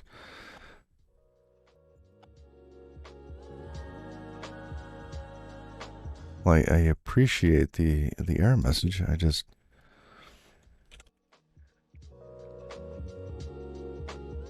hoping for a little more, you know. ID name JSON. Is there a way for us to describe it?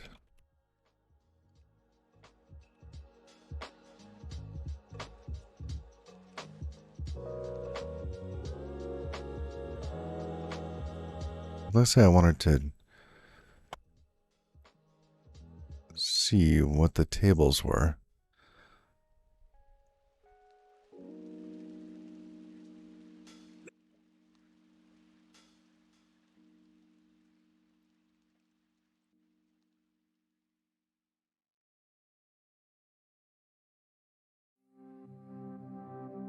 Pump?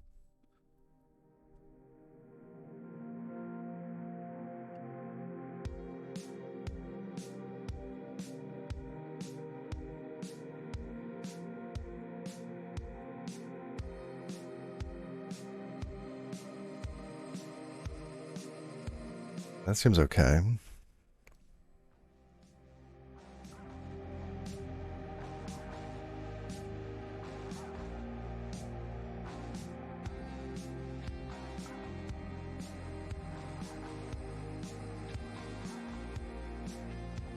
Rams, okay. So we got an ID, a name, and a string. Insert into emoticons, plural, ID, name, JSON. Execute.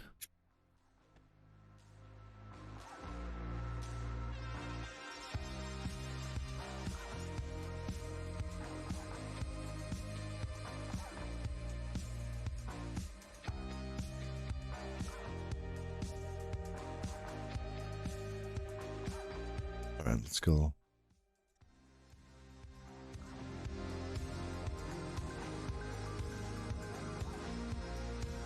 Oh, I forgot values. I forgot the values. Yeah, that's...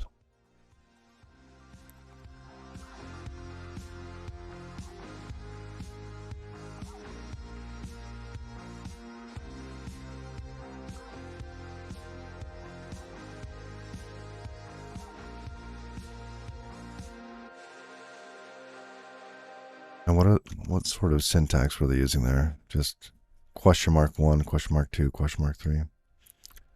Is it 1 based?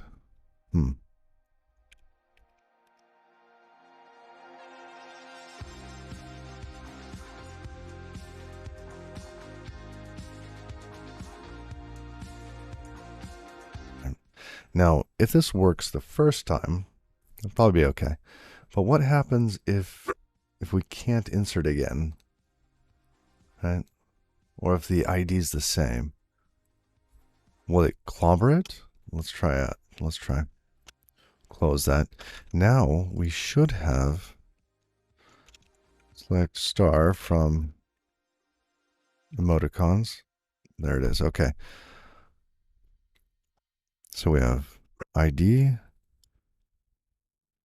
the emoji, and then serialized version of it. Right. A whole bunch of them. These are the default ones, the global ones. You see little faces and stuff. All right. Okay, so, but if we run it again, the insert, I don't know if it's going to fail for SQLite. Yeah, unique constraint failed. Okay, perfect.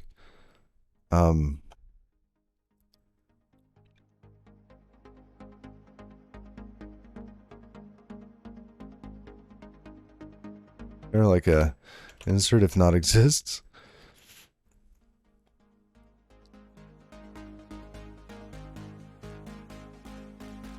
I don't want to have duplicates.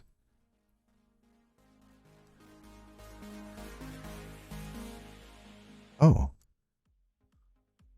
Insert or ignore.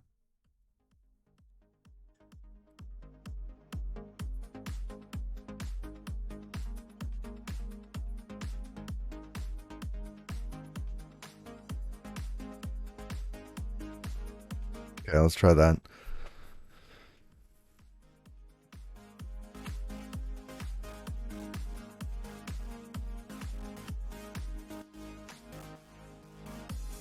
Nice.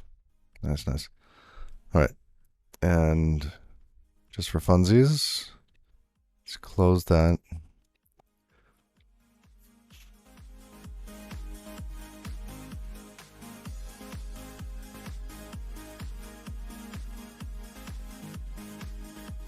remove the DB. Going to start it again.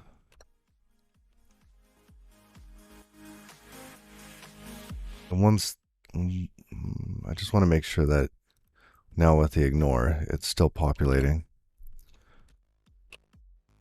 Great. Okay. That's there.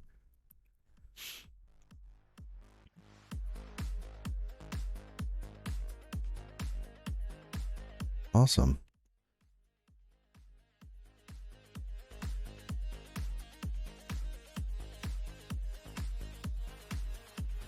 All right.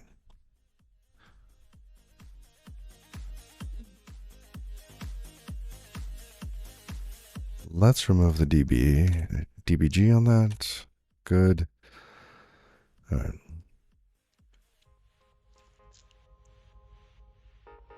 All right. So now the front end, occasionally it's told to render an emote, like render a message. Let's go into message in Svelte.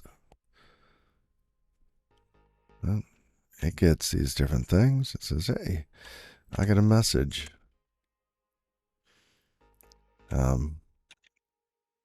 There's more data on this than we have right here.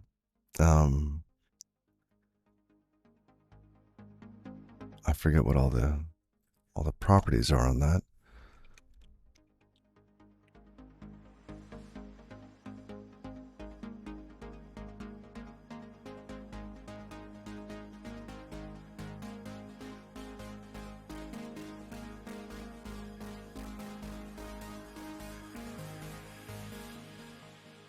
We should be getting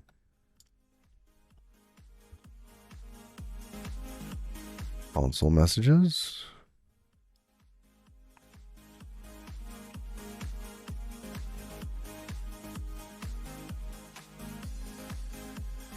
We have tags. We have no emotes in this. Okay.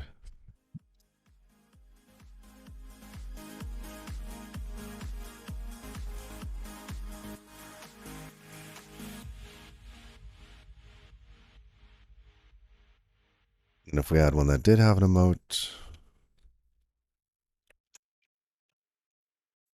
or multiple emotes,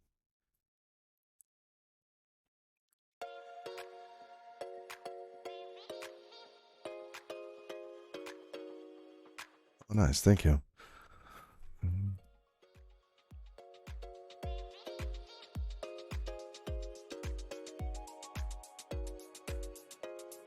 Now we have, oh, it says emote only, 1, and it gives us from there to there, 0 to 1, use emoji 1.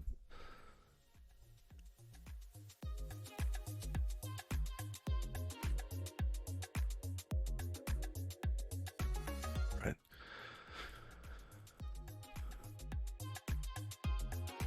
And then, let's see if we got another one in here. I think this one was the one I sent.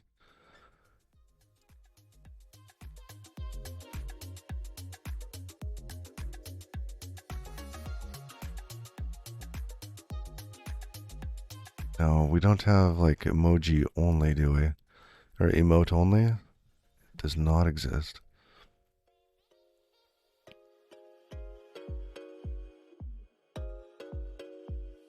See the locations. And the emojis are separated by forward slashes. Are we parsing these in Rustland? Currently not.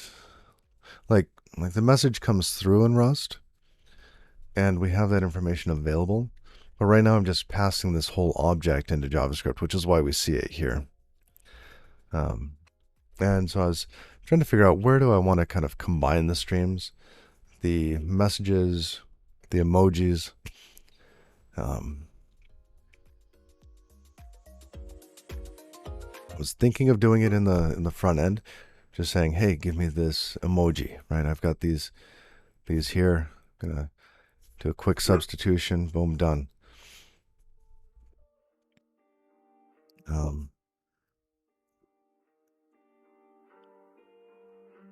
I'm also trying to model this after a much larger system where, it's trying to model some CQRS styles here, where we have like the event bus and events happen, and then, somebody downstream might combine things to make something interesting as part of a microservice or something. So I was thinking of having Svelte call back into Rust to say, hey, I need this emoji. Give me emoji 5555, whatever, 61. All right.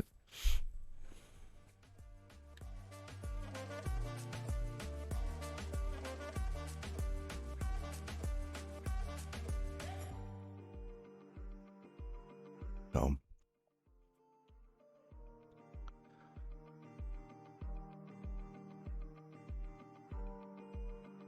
let's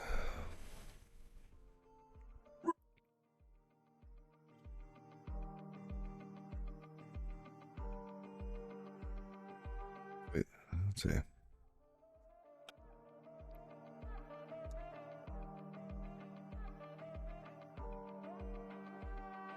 We're getting the whole private message object here. And so we have it available. And we can just choose what we want to pass down into the message itself. So in this case, maybe it is tags.emotes.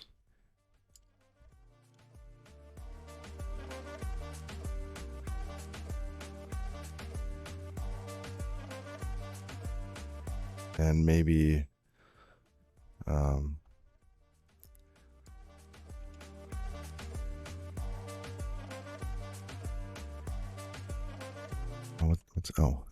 it's going to tell us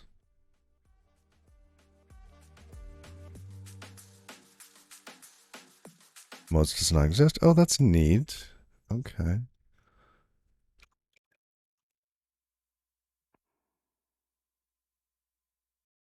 Oh, did it just reorder that for me? Oh, well, thank you.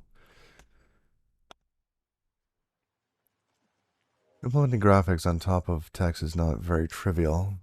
About as complicated as text on its own. How do we turn those emojis? Like any hieroglyphs. So, in this case, we're going to load an image and put an image tag in HTML. Done. That's it. So, it's a nice thing about Svelte, right? So in this case, I think we need to have like on before load or something, right? So we can modify message before it comes through.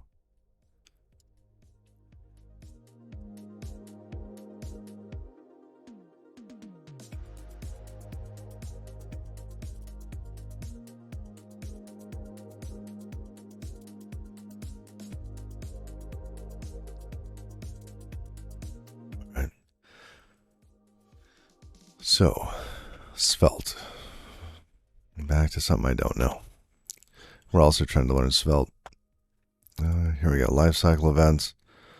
On mount, I want like different docs.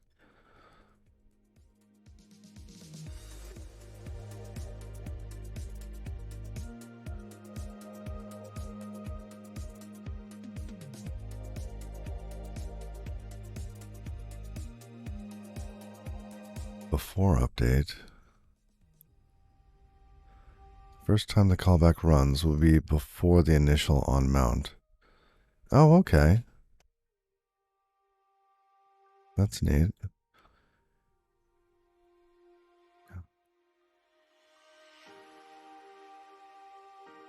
So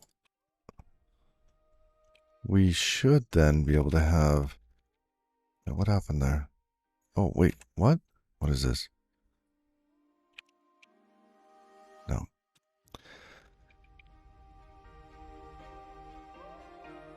Let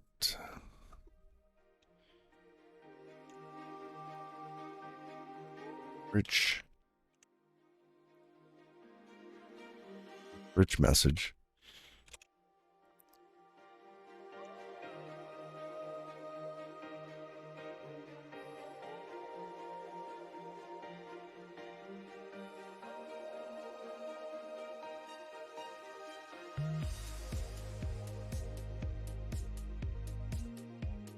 don't know. What do we do for emotes here? What's that going to look like? It's just going to look like what does a message look like if it doesn't have any emojis? Right, like your last message there.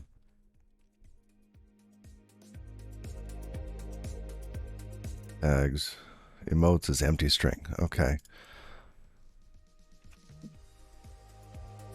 Yeah. That and Twitch has custom emojis, so that kind of spoils it a bit.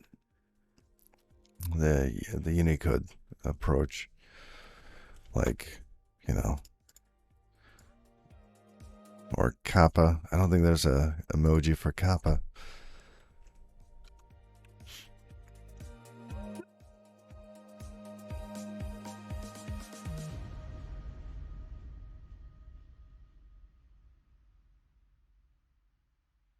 All right, so in this case, we want to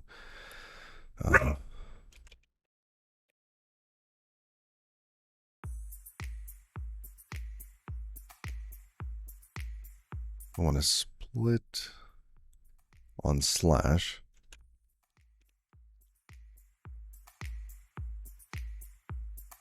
Then we want to replace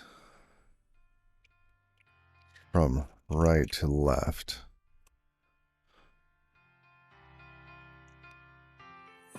And I think if we have the same emoji more than once, the ranges are separated by commas.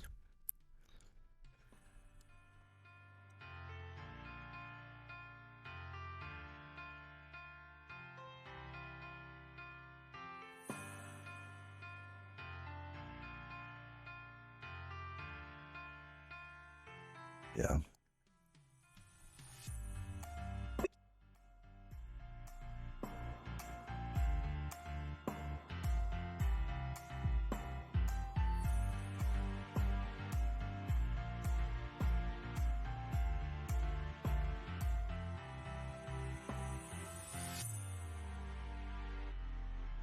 A colon,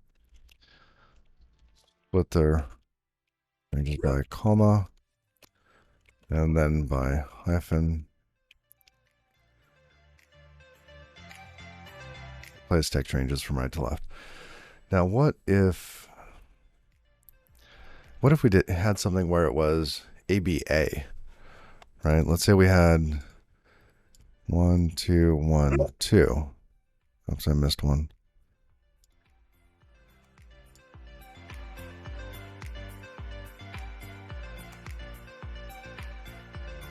Now, how do they describe that? So we're going to have to arrange these, the replacing. Okay, so we need to basically flip these and sort all of these from right to left. So we'll have to fetch for each one of those. Okay. And then convert it to a list based on the starting position or end position, doesn't matter, of all the emojis. All right. I think that's probably a good place for us to pick up tomorrow. I'm going to get off to work. Appreciate y'all hanging out. This has been fun. It's exciting. It's coming together.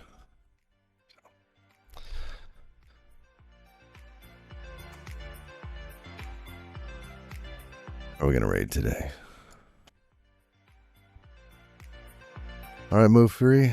Thank you. I appreciate it.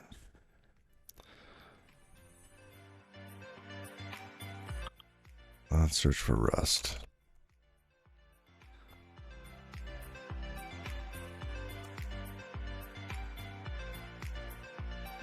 Yeah, game off day 16.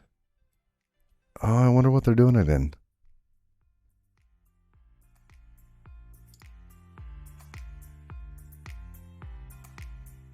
Oh, come on, ads.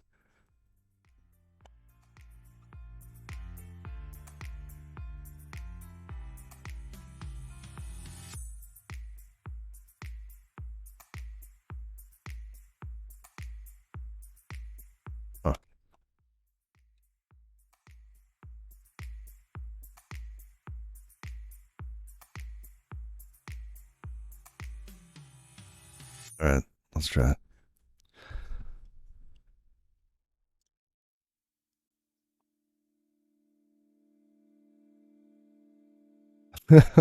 I like the style of it.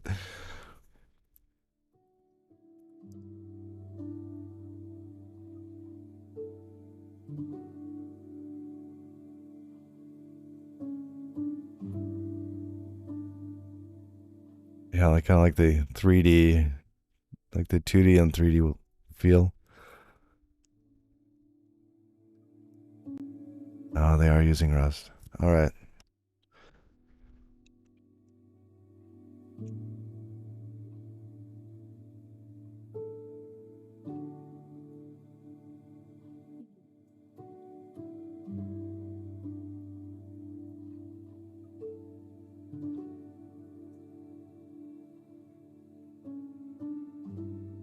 There you go. Till next time. Bye bye.